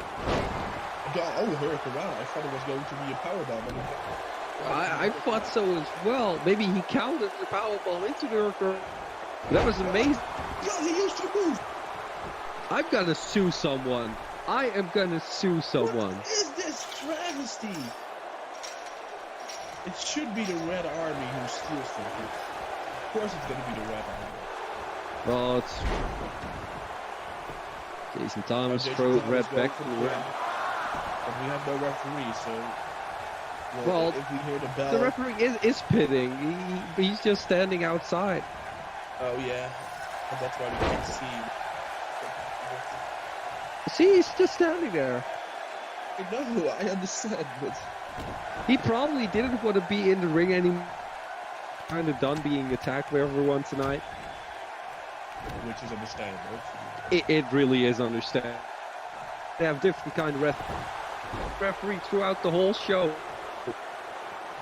See the work ethic on that dude for being more than 3 hours thing with all the... And he got hit by so much. Yeah, it's like ridiculous. How much can Jason Thomas now trying to escape. No, he's not trying. Top rope from the cage wall. Very nice. Well, of course, the champion has pride. And he does. Not enough pride to not use the low blow now. Well, I thought maybe he thought it was necessary. No. Now King Red slides behind. Couple of kicks to the inner leg. Kick to the back. Thomas forearm, cutting forearms to the back.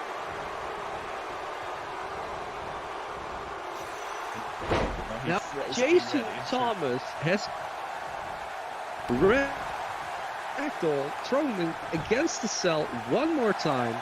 Was he one? And a kick out, at least I think that was a 2. It looked like it. Yeah, it wasn't 2. I'm counting in my head. Oh, you're counting in your head, alright. No, I'm counting in my hat. No. Beautiful move. Yeah, really a work of art. Now, a German. He's gonna hold it And for another German. Are we And gonna let's see make the yes, we're gonna make a triple German by Jason Thomas, and like King Red isn't able to oh well get it going. Oh, is he tapping? it looked like he was It tapping. looked like he was tapping. I'm gonna say he double was stomp. tapping out. Double I'm gonna stomp say by it. King Red. Jason Thomas should have won this match. He was tapping out. Controversy here. And now a spit out face buster. Always the main event of big shows. Always needs to have some. Which freedom was best. Creating scandals. And now finally, King Red finally having some revenge on Jason Thomas, throwing him against the cell now. Yeah, he has some. Well, Jason Thomas just shrugs it off like nothing happened. Oh, pop up neck breaker. It's like nothing ever happened. And now left feet by King Red.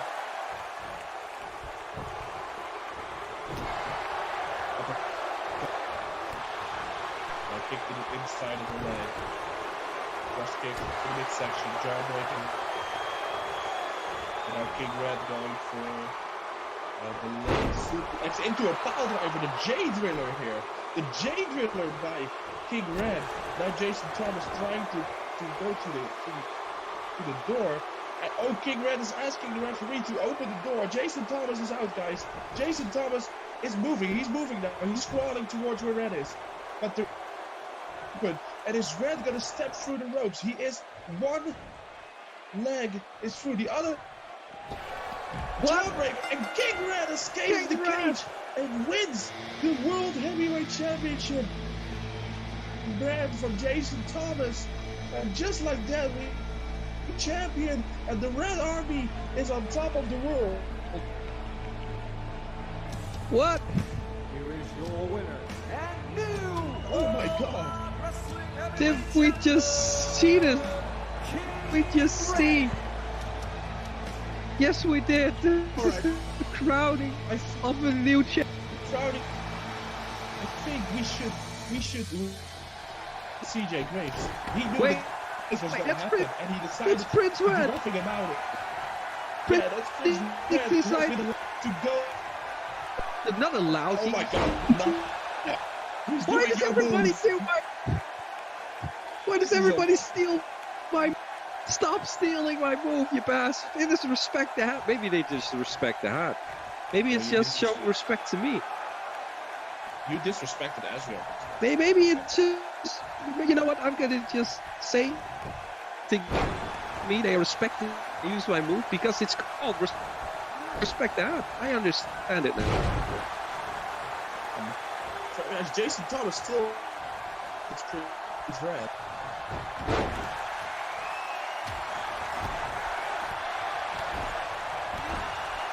And now just Prince laying down the kicks onto Jason, world champion of course. Actually, isn't capturing Come on. Well, apparently it's not. It's not enough at all. What to do here? What is he gonna do here? You cannot do that to him. Oh my God! He rode him right through the wall of the cell.